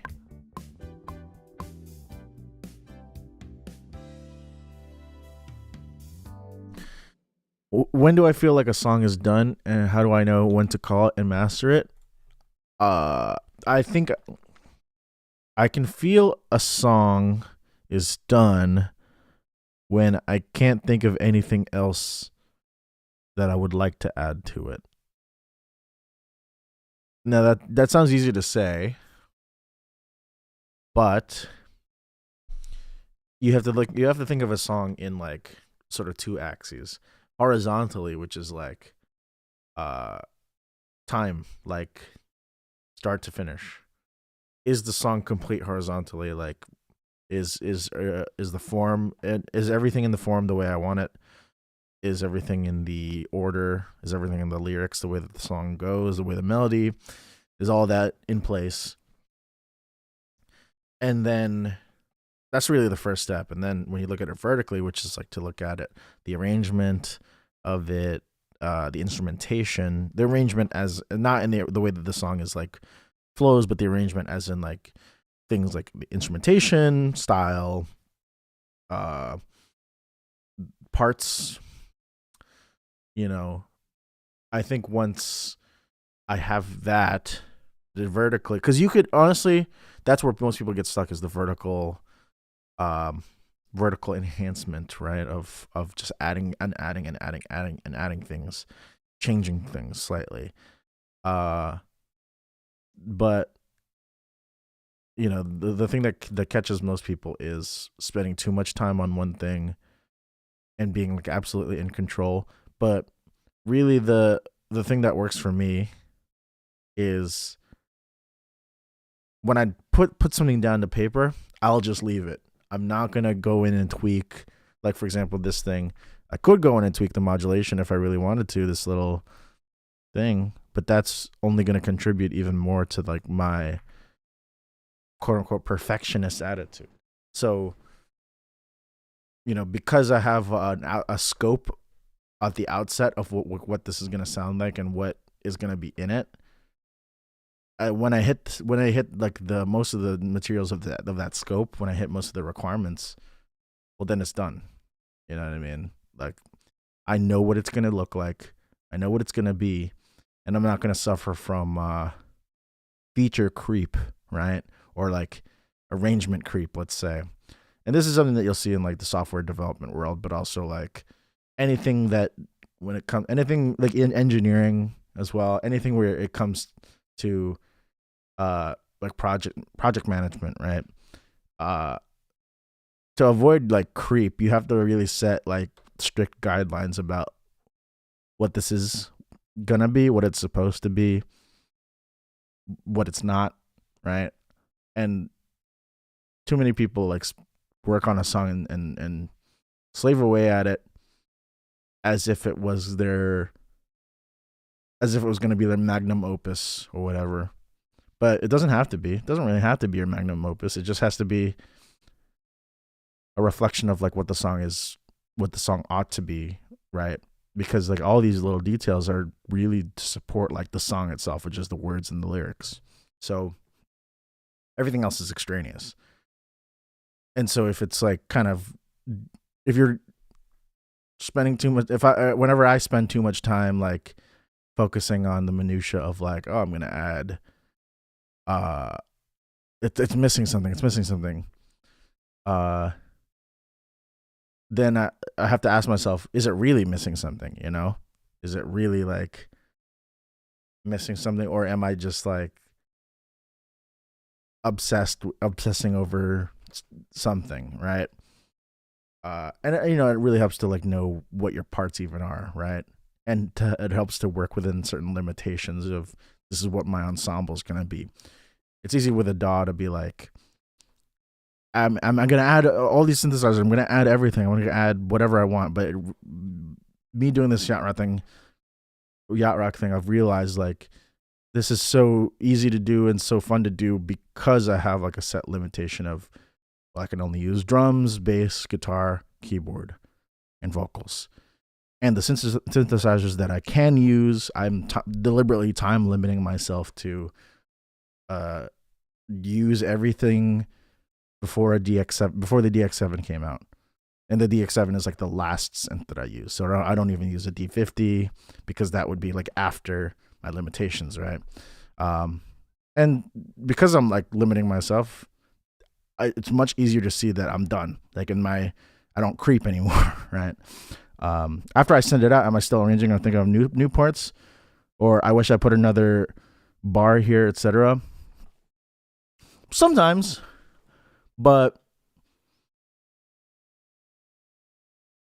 it's done. I've already sent it out, and that thing, that creeping idea of I should have changed this.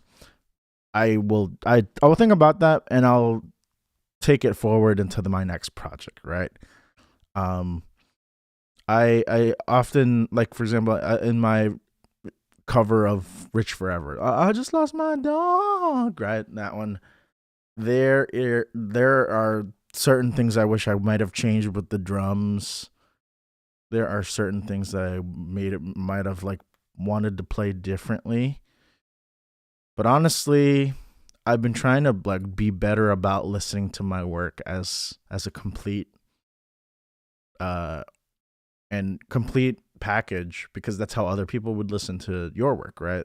Other people don't listen to your work necessarily with the ear of like, I'm only listening to the Rhodes piano. I'm only listening to like what the drum part is. Some people might, and I definitely do when I listen to other people's stuff. But like, I'm a minority in that regard. I'm not who most music is made for, right? Most music is not made for somebody like me, and I understand that. So I have to kind of listen like I don't know my music, and then I can come around to appreciate it for what it is and not what it could be, because that's how most people appreciate your work as a creative. Only you know what your stuff could be. Only I know what my stuff could be. And there's like a certain peace in like just letting go and relenting to that and observing my work through that third party lens. And I think my work improves because of that, because I can look at something as if I didn't know anything about what I do, right?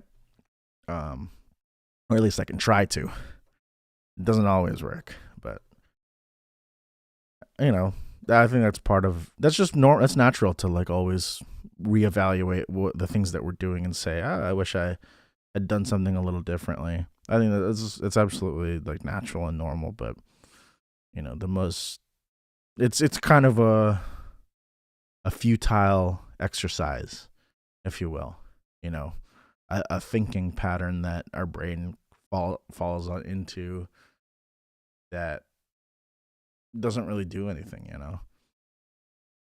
Yeah, exactly. It's a great way to start a project. Is with limitation is to stick to that. Less is more, and it doesn't have to be a yacht rock thing. It doesn't have to be what I'm doing, where I'm just like, oh, I'm gonna make yacht rock, and I'm gonna do it, and I'm gonna use equipment only in this time period. I'm gonna pretend like I'm in that era. You don't have to do that. If you're producing like a pop track, your parameters are, okay, this is gonna be what the primary driving instrument is. This is the main feature of the song, is this affected piano or whatever, and it's going to have this type of drums only, and it's going to have risers, and I will not be using crash cymbals. I will not be using, like, it's about like what you're not going to put into the song, right? When you're producing a song, it's about what you're not going to put in, and that like opens you up to a different kind of creativity, where you do feel limitless, because you already know like what's off limits. You already know that like there's just things that you don't do, and therefore you're free to hear the ideas in your head and just let them come out, because the ideas that are in your head are prefixed like into the thing that you're doing, like the style that you're operating and the scope of your project, right? It's so very important to establish like what the thing that you're producing is going to be, because it just makes it more focused, instead of just like sitting down at the DAW after a long day of work. You sit down at your DAW, you open up Logic, and you're like, what can I make today? And you put your hands on the keyboard, and nothing comes out. And I'll tell you, nothing often comes out, because it's like you have decision paralysis. You don't know what to do, because the world is your oyster, and you could do anything. What is anything, Well, I don't know. What am I gonna do? It's hard to just say, oh, I'm gonna just figure it out and just play along until I find something. Um, and then you could definitely do that. That's okay to just sit down on a DAW and just come up with ideas. But when you come up with idea, you stick to that idea. You develop that idea. You take that idea, and when you're like, even when you're composing, not even just arranging, when you're composing, you take that idea and you make variations on that idea, and not just variations, but like, okay, here's the idea. What would be a good contrast to that? What would be a good way to deviate from that and create such a different thing as to highlight this section when it comes back, right? So when you that's an example of like what I would be thinking about when writing a pre-chorus or a bridge, right? Material that's not so insanely different, but yet related, and yet it's still contrasting. I don't know. I'm just kind of talking here, but when you limit yourself to like, this is the idea, and this is like things that are extrapolations of that idea, you're not necessarily going to suffer from that decision paralysis, right? That kind of ties back into like what we were doing here with the strings. Like, I specifically in the string section, some people just like, they load up a string patch and they start playing their usual chords, right? But I like to think about like, what if this was a real string section? What can I do? Yeah, it can be decision purgatory for sure, but because in the string section, I only have 4 parts, right? For if I really wanted to, I know that I can do divisi on violin 1, violin 2, and viola. Maybe not cello. I mean, you could do divisi on cello, but it's such a limited range and a limited low range too that it doesn't quite make sense. But knowing that you have that ability to do that, or choosing not to do divisi and just sticking to the 4 voice thing, like that enables you. That is what your parameters are. You're setting yourself, okay, because I'm writing strings parts. I'm writing a string part. I'm not going to just load up a string patch and play the chords as they are.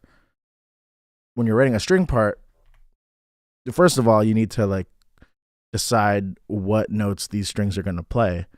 But at the end, not only are you going to decide the notes, in isolation, but you have to decide, okay, because strings are a very lyrical instrument, and they're not really meant to, the well-written strings are move scalar, move linearly.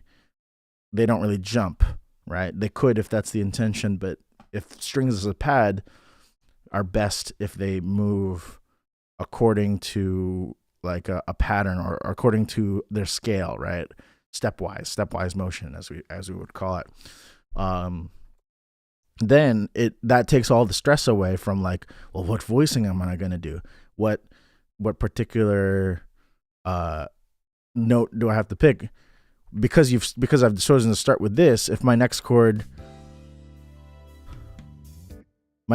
is a G, if I was going to add a string part, well, what's the nearest chord tone in G that I can go to? If I go to G, that's too far, but B, I'm already on B. I'll just stay on B.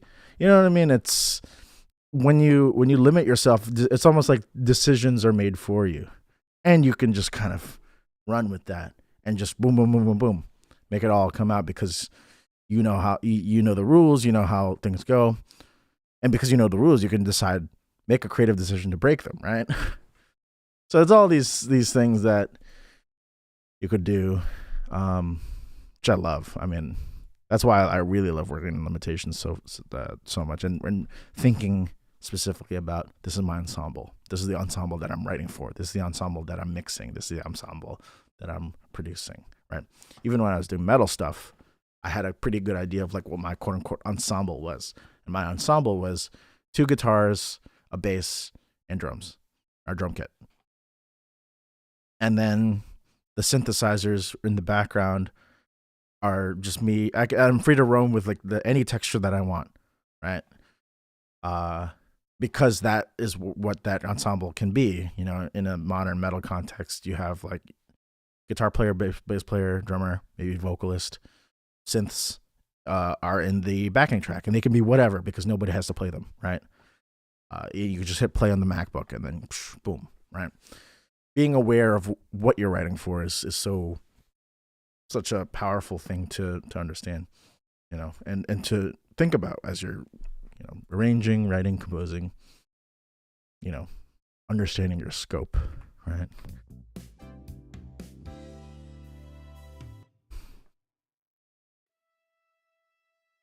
And then I'll do the C, which is the 7 of this chord.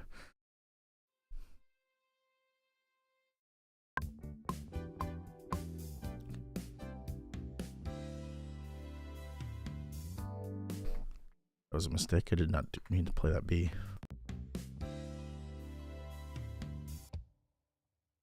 And then I will make this articulation tremolo. Yeah, that sounds great. Stick to a theme and put everything else out of arm's reach, essentially. Yeah, you know, out of sight, out of mind. If you don't have to use that new plugin that you just bought on Black Friday. You don't have to, you know, flex that you have like Contact or whatever. Like you could just think about like, what is this supposed to be? What is it supposed to sound like? And stick to just what it's supposed to sound like. And even if you don't know what it's supposed to sound like, just pick like limitations. Just set yourself like a goal. If you know you're in a rock context, you generally are like your genre. What does your genre say? What genre are you writing in? If you're in rock, it's probably guitar, bass, drums, piano, or keyboard, or whatever, vocals. That's it. You know. If you're doing neo soul or whatever, electric piano, drum machine, bass, some guitar, soulful vocals, background vocals, and that's your template, you know, and so on and so forth. Did I set this to tremolo already? I did. Good job, me. Tremolo. That's tremolo, and cello is going to be tremolo.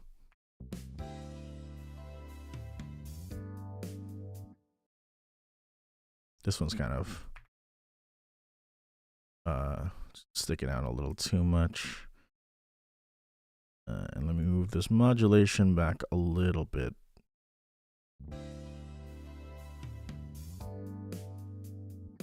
Oh yeah, I should probably send this to a reverb.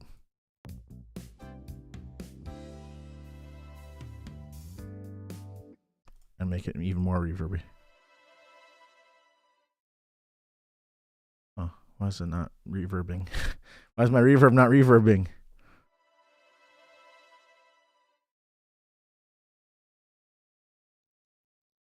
Do I not have a reverb? I do. Oh, it's bus 2. I've been sending things to the wrong bus this entire time. What is even? There's nothing even in bus 4. All right, that was my bad. Everything that has bus 4 on it. Reverse course. You were not supposed to. It's deverbing exactly. You are not supposed to have bus 4. You're supposed to have bus 2. And also, why won't you let me select these? What's happening here?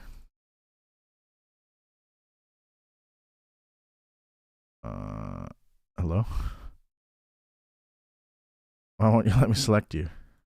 Oh, I guess that's... I can just do that, I guess. And these are all going to be plus 2. Actually, no. No send at all, because I don't need individual outs. What am I doing? Okay, there we go. Now the strings reverb should be reverbing. Although, I'll just make it.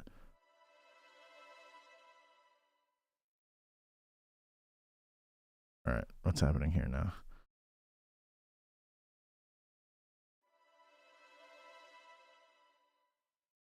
Yeah, it's fine.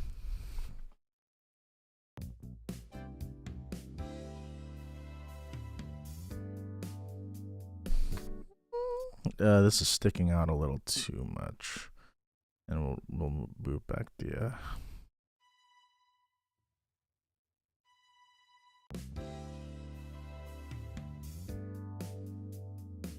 Nice.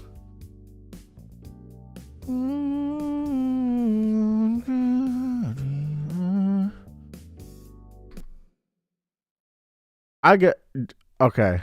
Thank you for bringing up the ad thing because I really okay. So I did just start like streaming. So I apologize for how often. Okay, here. It's because I have it set to automatic low. Do every we'll do low.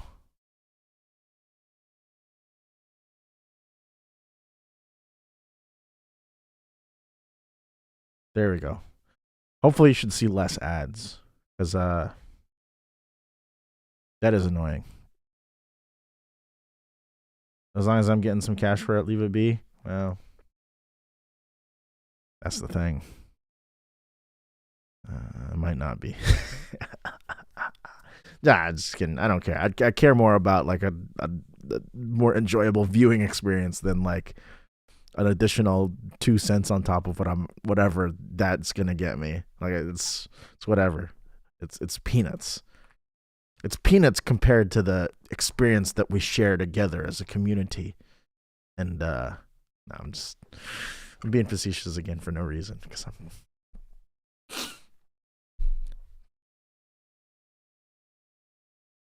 As I look into dead space. They best be giving me that skibbity paper. That's what I'm saying. That's what I'm saying. They ain't give me nothing. Honestly, literally, like in the time that I have been, it's been like I guess a little over a year that I've been doing and posting content that is more like my current content, like content style. It's been a little over a year since I've been doing that. And really, I've only made like. And it's my fault. I shot myself in the foot because of the way I went about it. But to be fair, this is the only way people can see me. But really, I made less than $10 within that year and a half ish.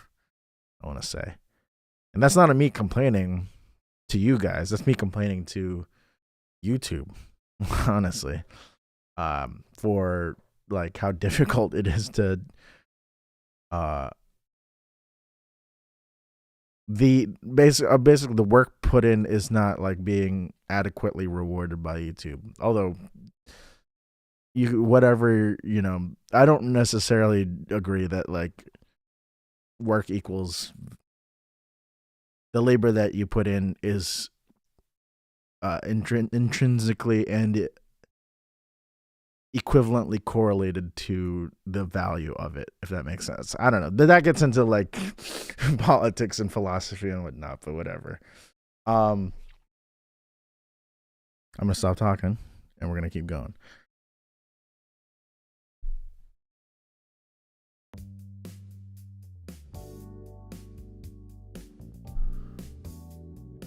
And I only say I shoot myself in the foot is because I made covers. And covers are they are yeah, they are. Well, YouTube's not listening. They're not gonna get offended, don't worry. They're not gonna get offended because I didn't say any bad words. They're not gonna get offended because I didn't say any cuss words. And I don't really curse, but they seem to care more about that than whatever they're supposed to be caring about, I'll say. They seem to care a lot about their advertisers. Anyway, as you may have noticed in your experience, they seem to really care about their advertisers. They love their advertisers. I deserve more than 10 bones. I deserve like really nothing, to be honest, for what I'm doing. Nah, that's not true. I deserve to be able to live off of my work. That's it. I don't need $1 million. A year of grinding. Well, I say a year over and a half. I say over a little over a year, but I'm gonna admit not all of it was grinding. I'll tell you that much. Um, Not all of it was grinding. It was maybe 10% of it was grinding. To be fair, just to nah.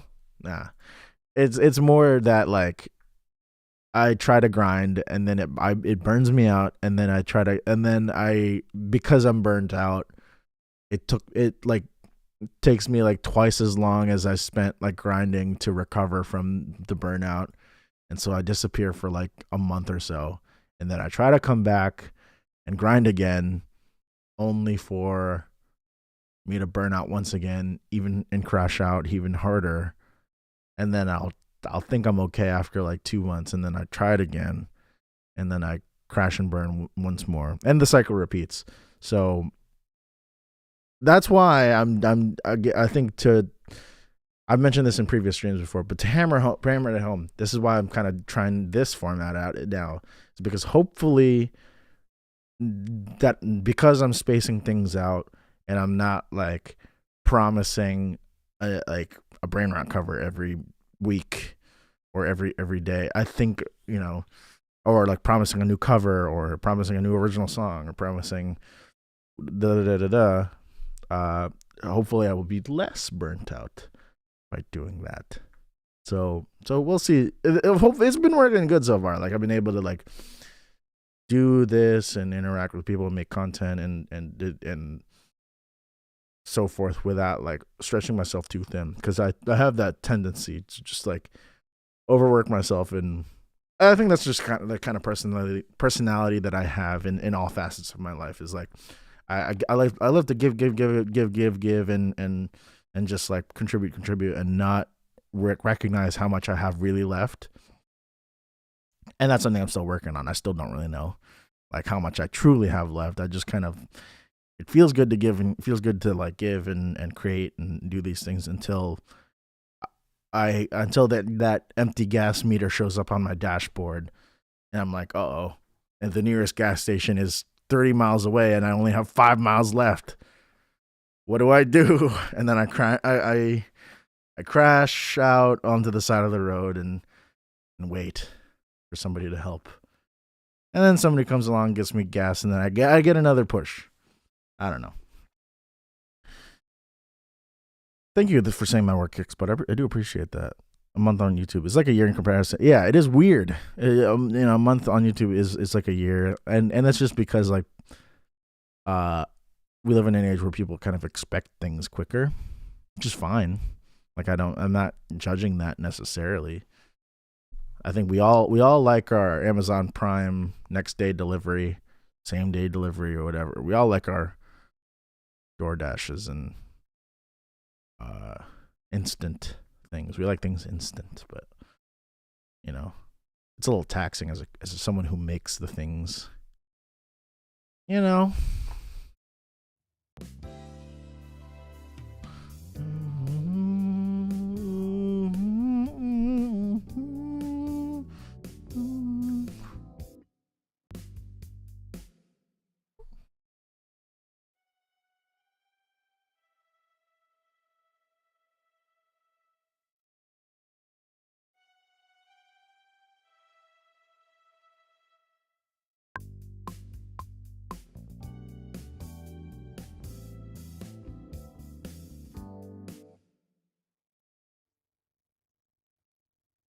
These should not be tremolo. These should be sustain. We'll see.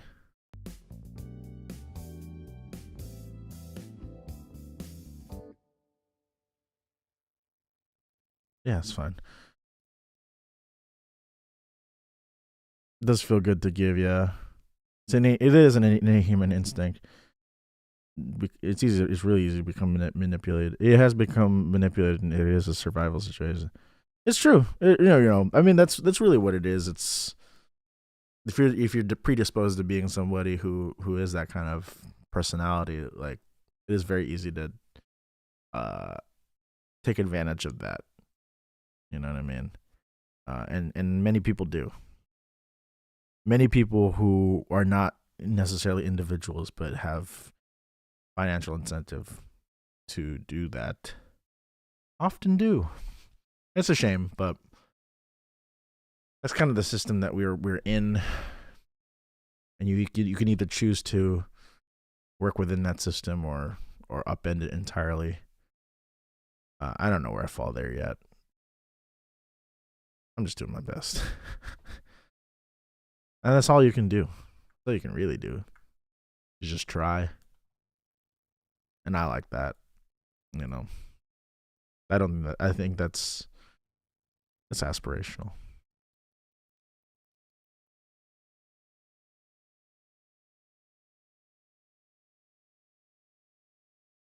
My point being, I'm glad you still have that unharmed rate. Yeah, I'm glad too. I am glad too. Um, I'm generally like not a pessimist or anything, and I try to give people the benefit of the doubt, um, with wisdom and caution, of course. But um, everybody deserves a chance. Yeah, everybody. It's enough for everybody to just do your best, and I think that's all. That's all that life asks of you is your best.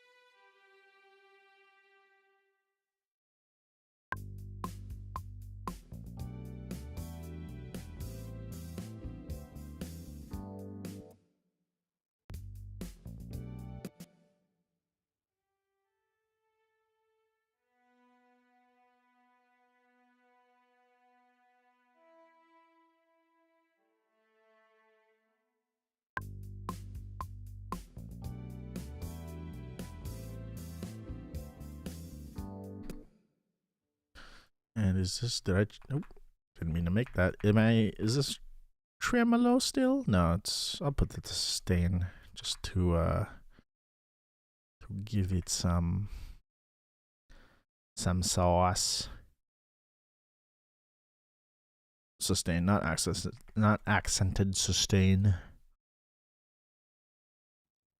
You ever get that where you just like your brain moves like way faster than your actual mouth can?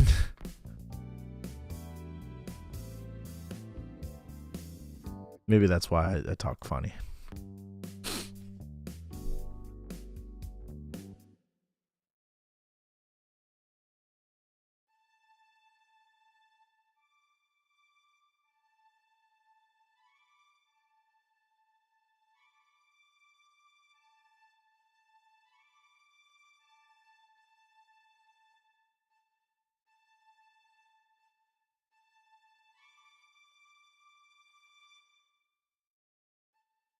I'll do like a staccato. Ba, ba, like a little hit forte piano crescendo.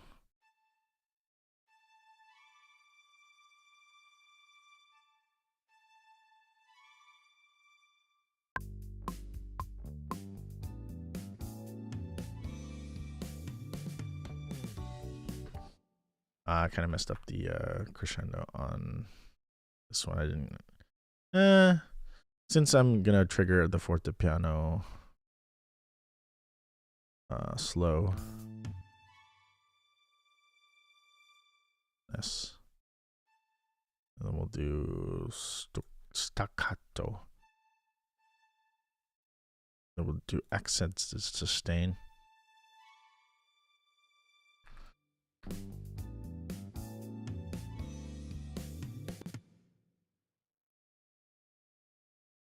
And actually, I do want this to be much lower.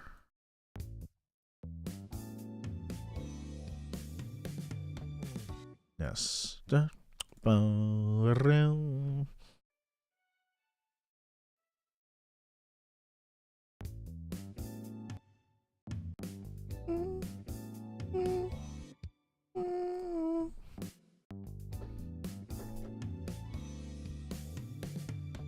Ba, ba, da, bum.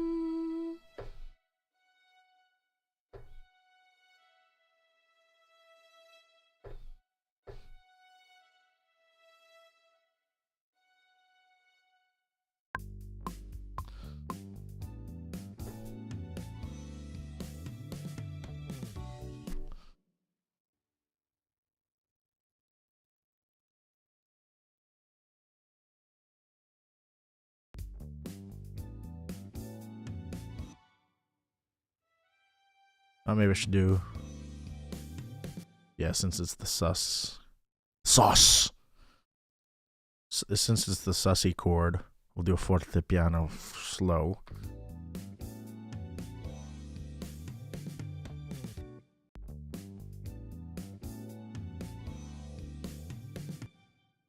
And then we'll do sustain. Oh, this one's gonna be staccato. And this one's gonna be an accented sustain. It is getting sus in here. I can smell a sussy baka anywhere.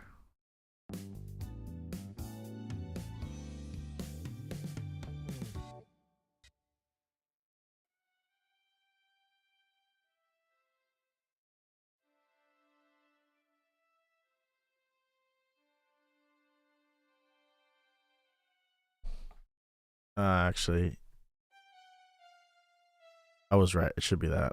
And it should be a C.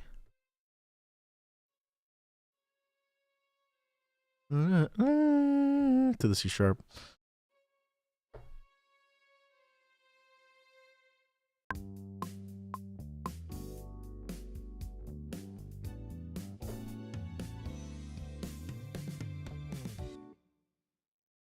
And then I'm going to cut that because I don't need all that information back there. This is going to be the staccato. And this is going to be the fortepiano. And this is going to be the accented sustain.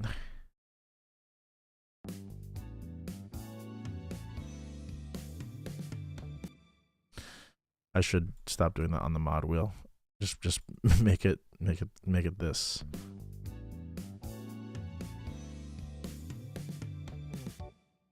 Wait, actually is okay, cool. And monophonic actually.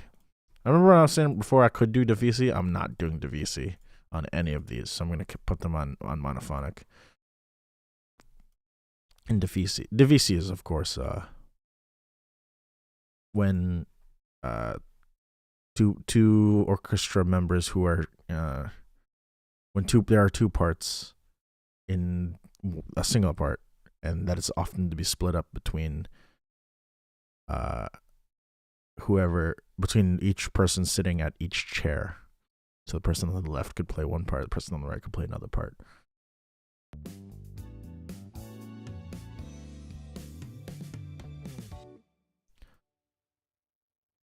At least that's how orchestras do it. I mean, that's how I would write it. In my head, that's how divisi usually goes.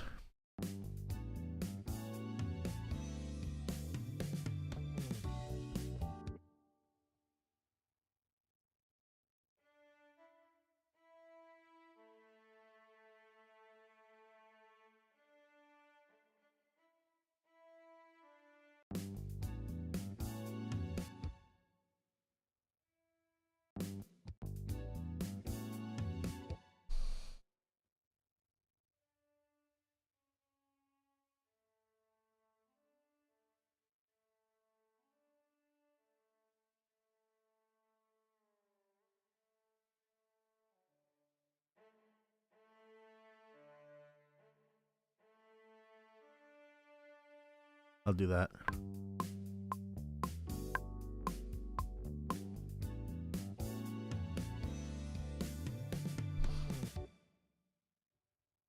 Do staccato again. Then the sustain. Oh, maybe I'll do regular sustain on that one. And then fortepiano, slow.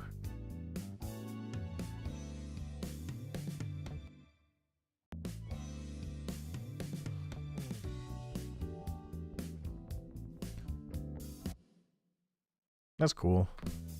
Little string action here.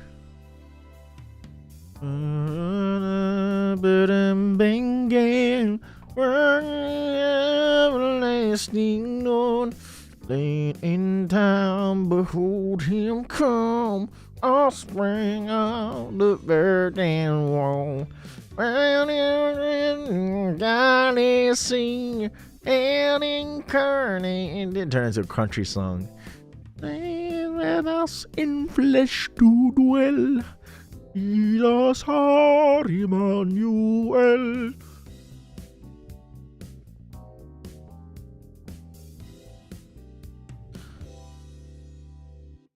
Let's see here.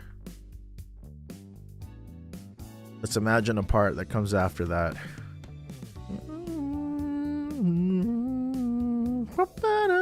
Yeah. In the middle.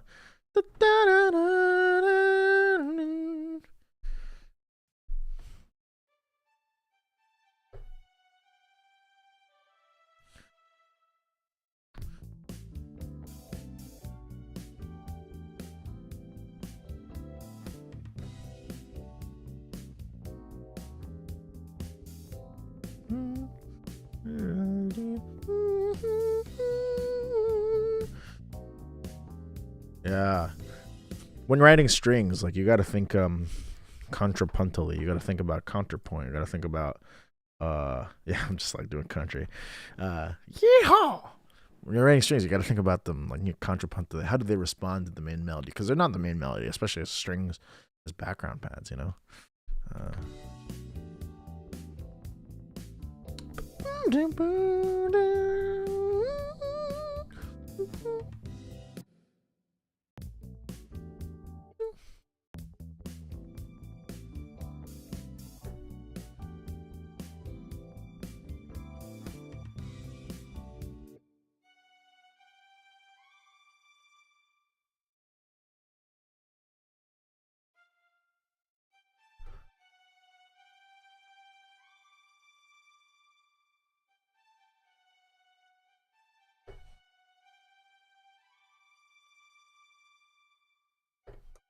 Something like that.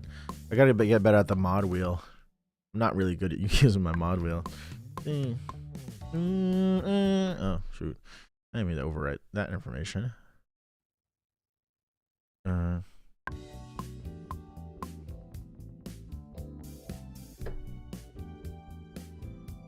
That's not a good one.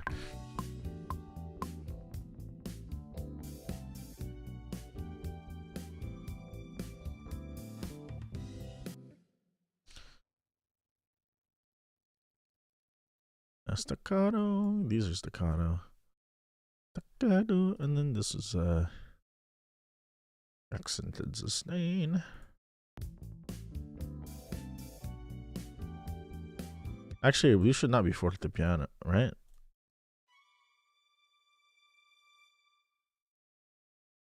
Or should it be crescendo slow? No, it should be fortepiano. Yeah, that's more the sound I'm looking for.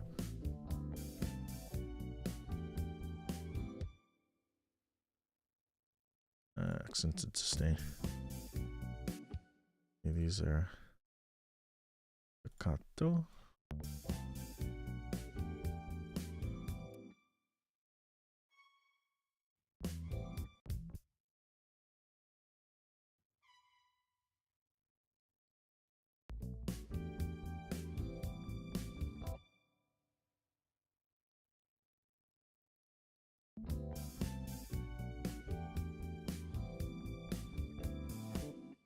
Do I feel my sound is ever evolving? Yeah, absolutely. I mean, in the past, my sound has been very different. Because I think largely like somebody's sound is shaped by the music that they like. Not only the music, not only the music they like, but the music that they're actively currently listening to. And what I'm actively listening like right now too is a lot of yacht rock, and so that just kind of comes out in what I seek to make. Um, Although I think that there are certain elements of somebody's sound that are kind of immutable, and this is sort of it can get a little philosophical, but I believe that this is very similar to like how somebody's personality develops, because there's certain things that happen maybe when you're a child, certain things that may happen maybe in your teen years, and certain things that happen that when you're an adult that in various ways affect at different intensities and different ways, some stronger than others, some weaker than others, that like inevitably mold kind of the way that you express yourself in interpersonal relationships, in the way that you speak, and the way that you move, and and musically that also can happen a lot in the way that like you express your sound. And I think that in a lot of like what I make, maybe it's not as apparent because like I haven't really released too many original compositions as of late, but I think it's quite apparent in some of the songs that I have written that my influence from like Japanese music is something that really kind of always rears its head in some capacity, whether it was like the metal stuff that I was doing like 5 or 6 years ago, but whether it was like me dabbling in like the indie rock sphere. And to an extent, like when the original yacht rock tunes that I've written so far that have yet to be released, to some extent, I mean, you could still hear in my melodic choices that the Japanese influence is still there, despite me not like listening to it as much as I do now. But I listened to so much of it like back in like that critical years of like musical formation from between like age 12 to 17. I think those years are super potent and basically will define a huge part of your sound, whether you know it or not.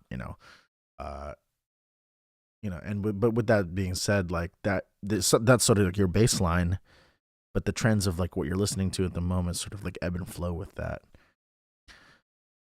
Yeah, I came from a metal background, and I've grown. Not to say that like the metal stuff is beneath me or anything. I still absolutely love it. In fact, I was just listening. There's a lot of stuff that I love right now that's coming out. Like Throne is amazing. Throne as a man, but definitely I branched out because what is tickling me is really different. And even as early as like 2020. Yeah, even as early as like 2020 or 2019 even, while I was doing the metal stuff like as my quote unquote career, as like what I was trying to push as like my artistry, even then what I had been listening to was already starting to be like the smooth R&B, funk, gospel, and eventually the yacht rock stuff. And gradually moving away from like listening to lots of like metal, because I think that that was what I was really into from like before 2019, when I was still a teenager. Then as I became an adult, like really soulful jazzy things really started to tickle me. And then that's no good. And then like, yeah, it just kind of evolves as your tastes change, as like your interests change, as you find a new thing, shed an old thing. Your my sound for sure is always changing. Like, but the thing that underpins my sound is like the voice. McKeenan's voice. What is the Kenan voice? And that is that's something that I'm trying to learn more about myself, like what do I sound like? And I think I have a pretty good idea of like what I kind of sound like, Like what my compositional tendencies tend to be, uh, whether I'm doing things on purpose or not, right? I think one of the things that characterize the way that I compose melodies that I will say is like, uh, I write melodies that are less stepwise and more jumpy, because and the things that jump like upwards of like intervals that are like full like octave jumps. There's a lot of those in my melodies. Lots of playing with the seven in my melodies. Like the seventh degree scale degree, and that's just like what I'm hearing in my head, which is very. I draw that a lot from the Japanese kind of melody tradition, right? As a youth, speed and prog metal. As an adult who discovered weed doom metal, yacht rock remains the constant. However, that's awesome. That's so awesome. Oh my gosh. But yeah, I mean, like that's a perfect example of just how things change. Like usually young people tend to gravitate toward loud and fast. As you get older, you start to appreciate this idea of like the things that you don't play, right? Like the silence is worth more, or whatever. Well, I don't know how the saying goes. Silence is worth more than 1,000 words, or whatever. No, I'm conflating two sayings there. Whatever. But like the importance of space, the importance of rest, the importance of not only like the technicality, but also the way that you deliver the technicality. And I think that largely with me in my life, that coincided with my appreciation for jazz. Trying to steep myself in that culture, in that tradition, and trying to acclimate to it and learn more about it. Of course, I never became a jazzer. I tried, but that's just like not what I'm into. But things that are influenced by jazz, for sure, I'm absolutely into. Like I'm definitely more of a fusion guy more than anything else. The way that like I've approached like my guitar playing, like I definitely take after a lot of like the fusion guys, right?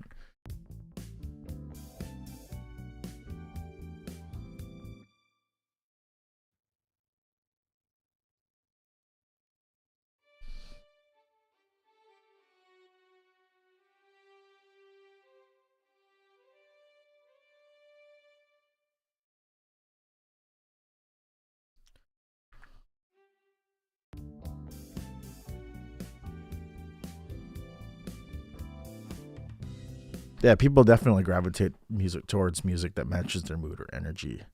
High energy music being the choice of the youth. Yes, absolutely. I mean, that's why like loud and fast and hard and heavy is really attractive to young folk, and that's what hooks me is as a youngster learning the guitar for the first time, like watching Steve Vai play. My gosh, that was like a life changing. Like watching Steve Vai play, watching Joe Satriani play, John Petrucci. I had a huge. I still really like Dream Theater, but I did have a huge Dream Theater phase. Like Prague is everything for me. You know, Prague was my teenage vocabulary, and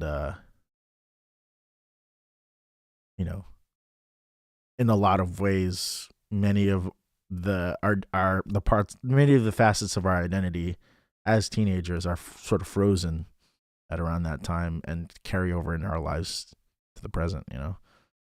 G3, yeah, exactly. G3, the whole instrumental shred thing. I mean, that was really all I was all about, was the instrumental shred rock world.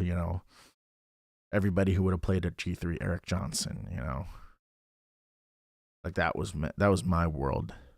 Yeah, as a preteen, that was my world as a preteen, which led me into the world of prog, which is like Dream Theater, and then eventually like the modern prog metal, which is like Periphery and Animals as Leaders. And I will say, there's a guy that's out of that scene that I feel like a lot of people still underrate and don't listen to very much, But if you were there, like, you knew him, and his name is Situ, and he like changed my life. His music changed my life. His music is the reason. His music is probably the most influential music on my compositions as a whole. As a whole, yeah.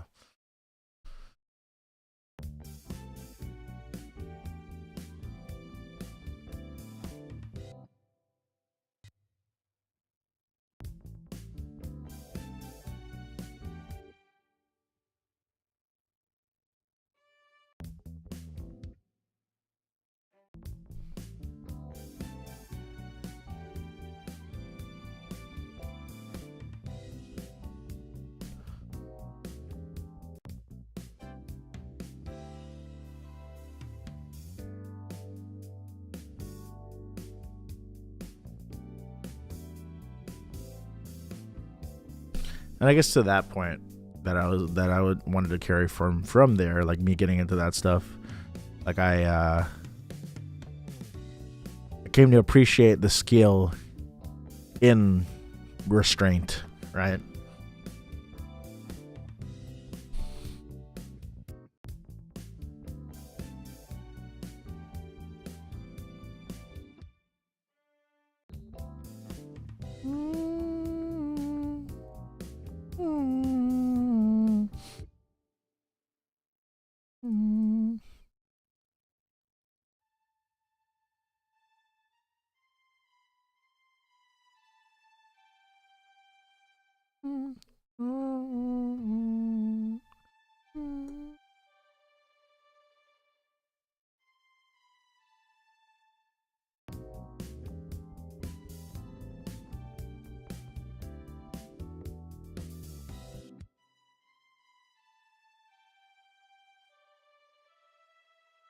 You really got into Tuvan and Mongolian throat singing music as well. Shout out Alash Ensemble.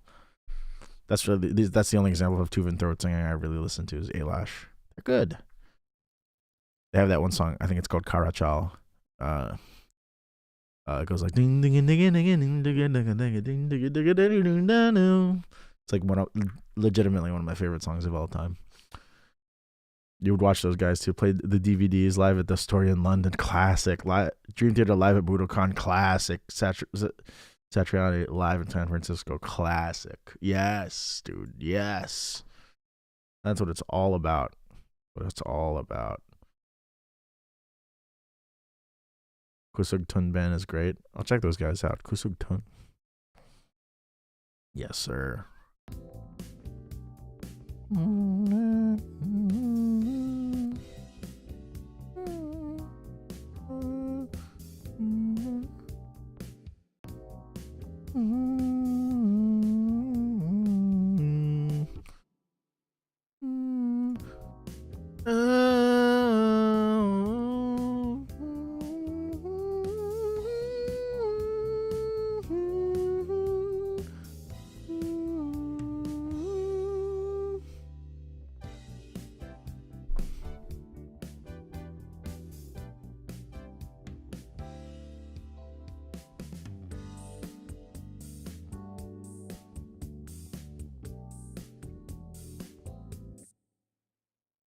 It is Monday, Chicken Eater. You're not wrong about that. Still have your Live at Budokan DVD set. I think I still also have my Live at Budokan Dream Theater DVD somewhere.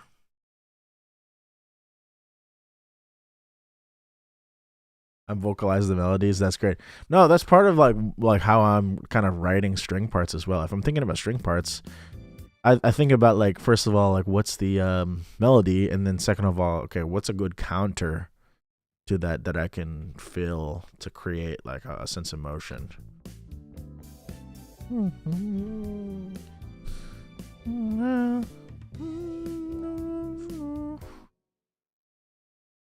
Maybe I shouldn't do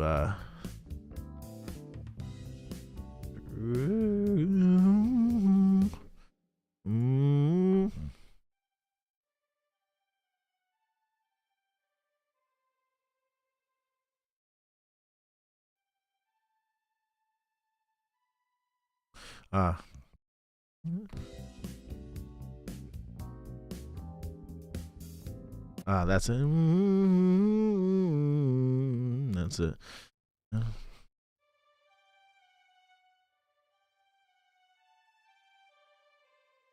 Yeah, a little swell.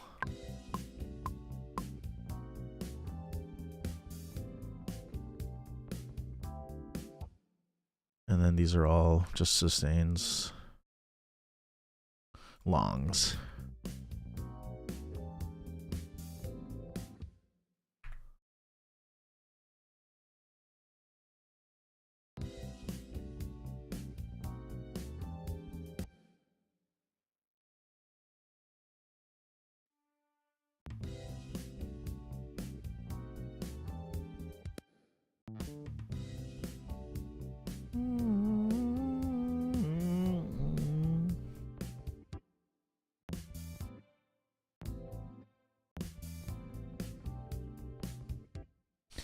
I gotta shorten these because of that thing that happens there.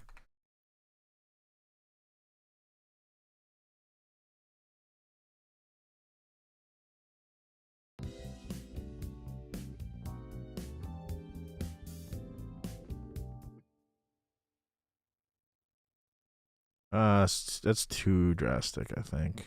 I'll just kind of like do that. So I don't want it to cross over into the next chord, which will make it sound dissonant.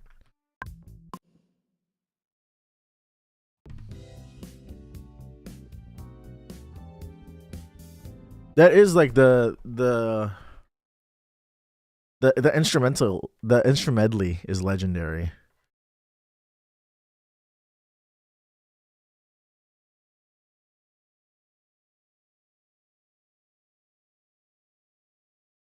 What is the song? I'm replaying the instrumentally in my head. What song is it?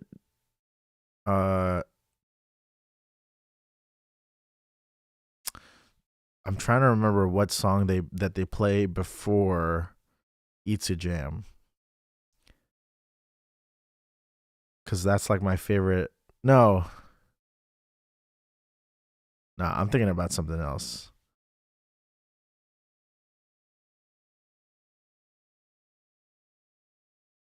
Oh wait, yeah, well, like that little, yeah, it's whatever. Nah, just like I'm trying to remember like a really cool part of it. Like, so one of my favorite parts of that is that transition from whatever the song is before that goes into It's a Gem. That's like such a cool transition.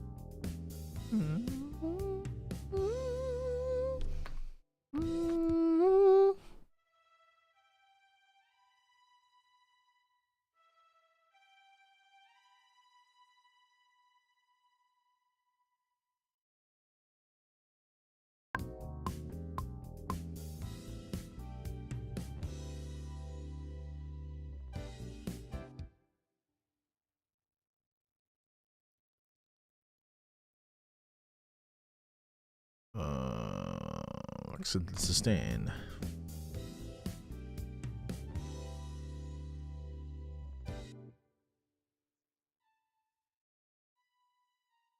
I'll do sustain, regular sustain on these.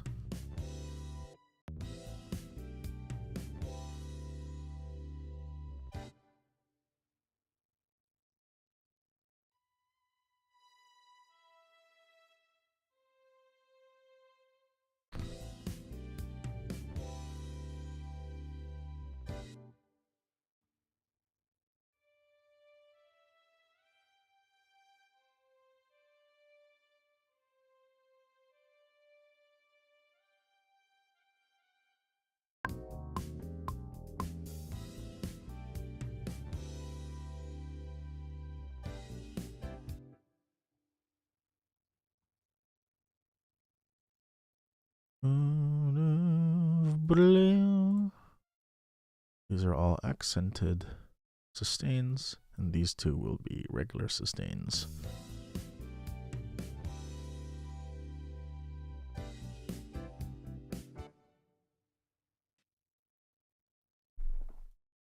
do viola doubling the violin one.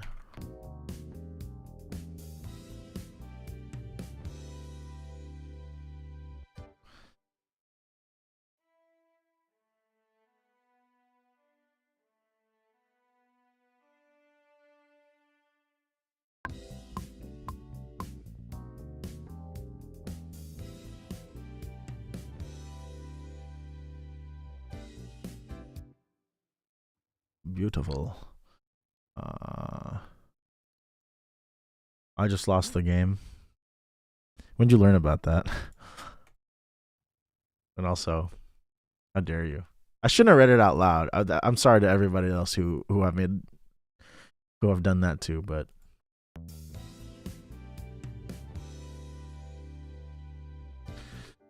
no, I already lost it. I lost it recently, actually. It was like 2 weeks ago. I lost it, but now everybody reset your counters.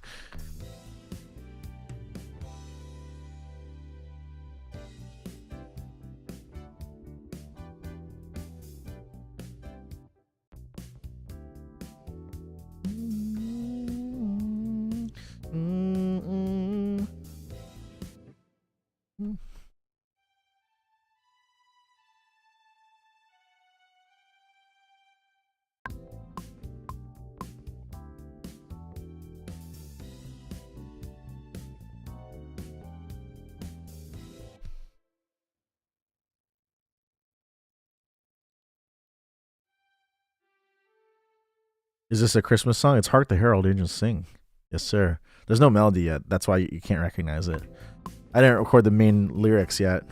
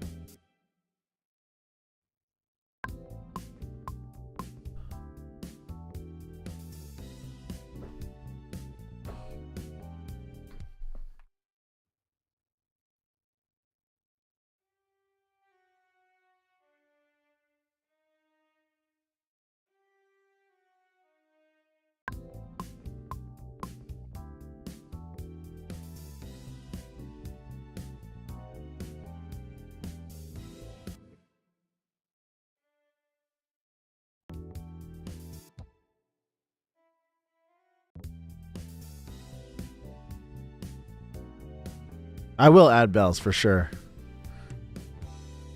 Probably not this stream is when I'll add bells. I just realized it's 4 o'clock.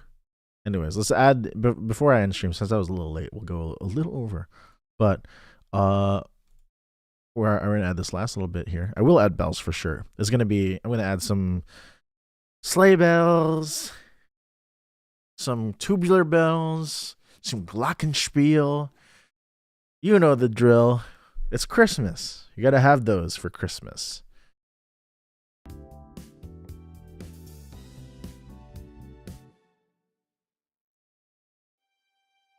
Sleigh bells, good job. What was my intro to yacht rock and how did I discover its greatness? Toto was the first yacht rock that I had heard Sailing a lot because it was on TV more often back then. And then, but like I didn't recognize like yacht rock as a thing. And then I got really into Toto. Like Africa had become a meme, although that's not when I got into yacht rock. I really, for whatever reason, Hold the Line by Toto was like a song that me and all my friends like really liked. I don't know why we like Hold the Line, but like a lot of us knew how to play it on piano. And so like I went to like a performing arts school, and for whatever reason, me and people who I was friends with, like who could play piano, they knew how to play that song, and I was like, what? Like what? That's funny. That might have been the first time I'd heard that song, and then I was like, oh shoot, this is awesome. And I got delved more into Toto. I of course knew Africa at that point, and shortly after that probably happened, Africa became a meme, which made me like not really like Africa to this day. I don't really like Africa as a song. I think it's okay, but it's a skip always. That's a personal thing because it is yacht rock, but it's like it's not. It's yacht rock by virtue of it being by Toto, and not because of any innate like compositional traits, I guess. Um, Maybe it might have been the sketch. You always envision Christopher Cross as being this dreamy, whimsical looking man based on his voice. You are wrong. Did you see the midnight special video where he's wearing the football jersey? Uh, no, I think his voice fits him in a different way. Not like a man with long hair riding a stallion, but in he looks very soft. You know, he looks like he would take good care of you. You know what I mean? He has a soft demeanor in that way, right? Yeah, where that video where he shreds. Yes, exactly. Where he plays "Ride Like the Wind," and he looks like he looks very huggable in that video. I'll say that much. But yeah, that's basically how we got into Yarok, was like just exposure via that, you know. You hold the line, then I got into Toto, and then people always talked about Steely Dan, and this was around like 2018. So I decided, you know what, Steely Dan seems interesting. So I go on YouTube and I listen to Asia because everybody talks about Asia. I listen to it and I have my mind blown, and then I listened to the entire Steely Dan catalog for several months in a row. I listened to all the records, soak it all in, and yeah, changed my life. Yeah, Christopher Cross is like he shreds. He shreds. Let's add this last line.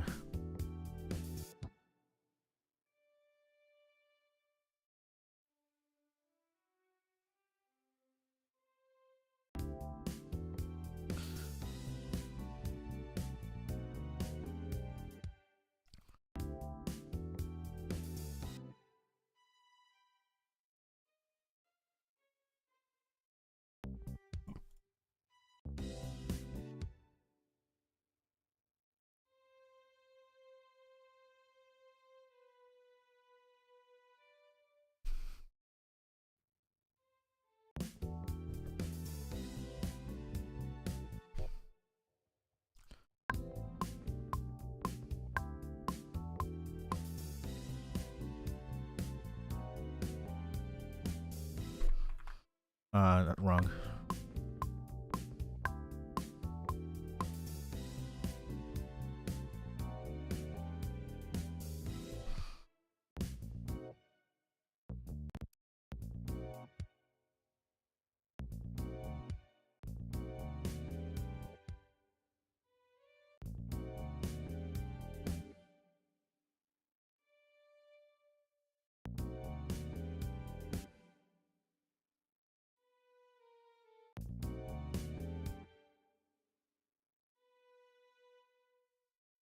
And let's bring the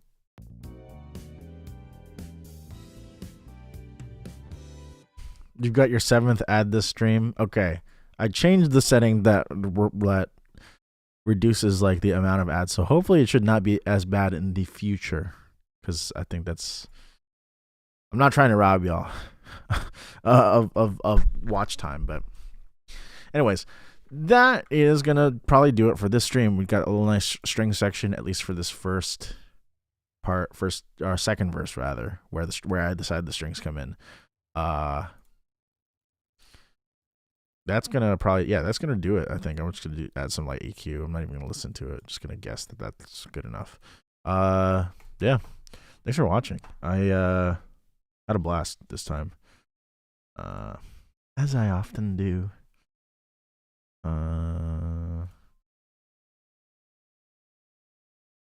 Yeah. You may or may not see me tomorrow, depending on what I have plans. Let me see.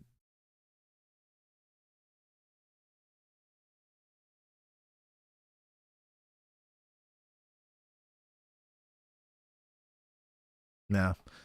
You might see me tomorrow. We'll see.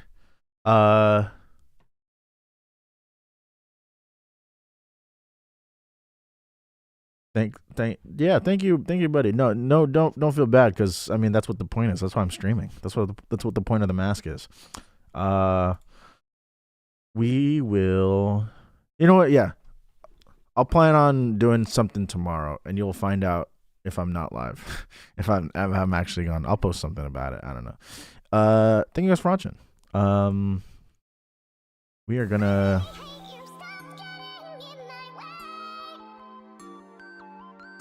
The only reason I'm debating on whether or not I should be live tomorrow is because I'm filming for my New Jersey series, and I'm missing some footage.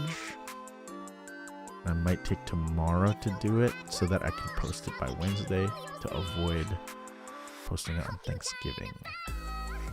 We'll see. We'll see what happens. Yeah, thank you for watching.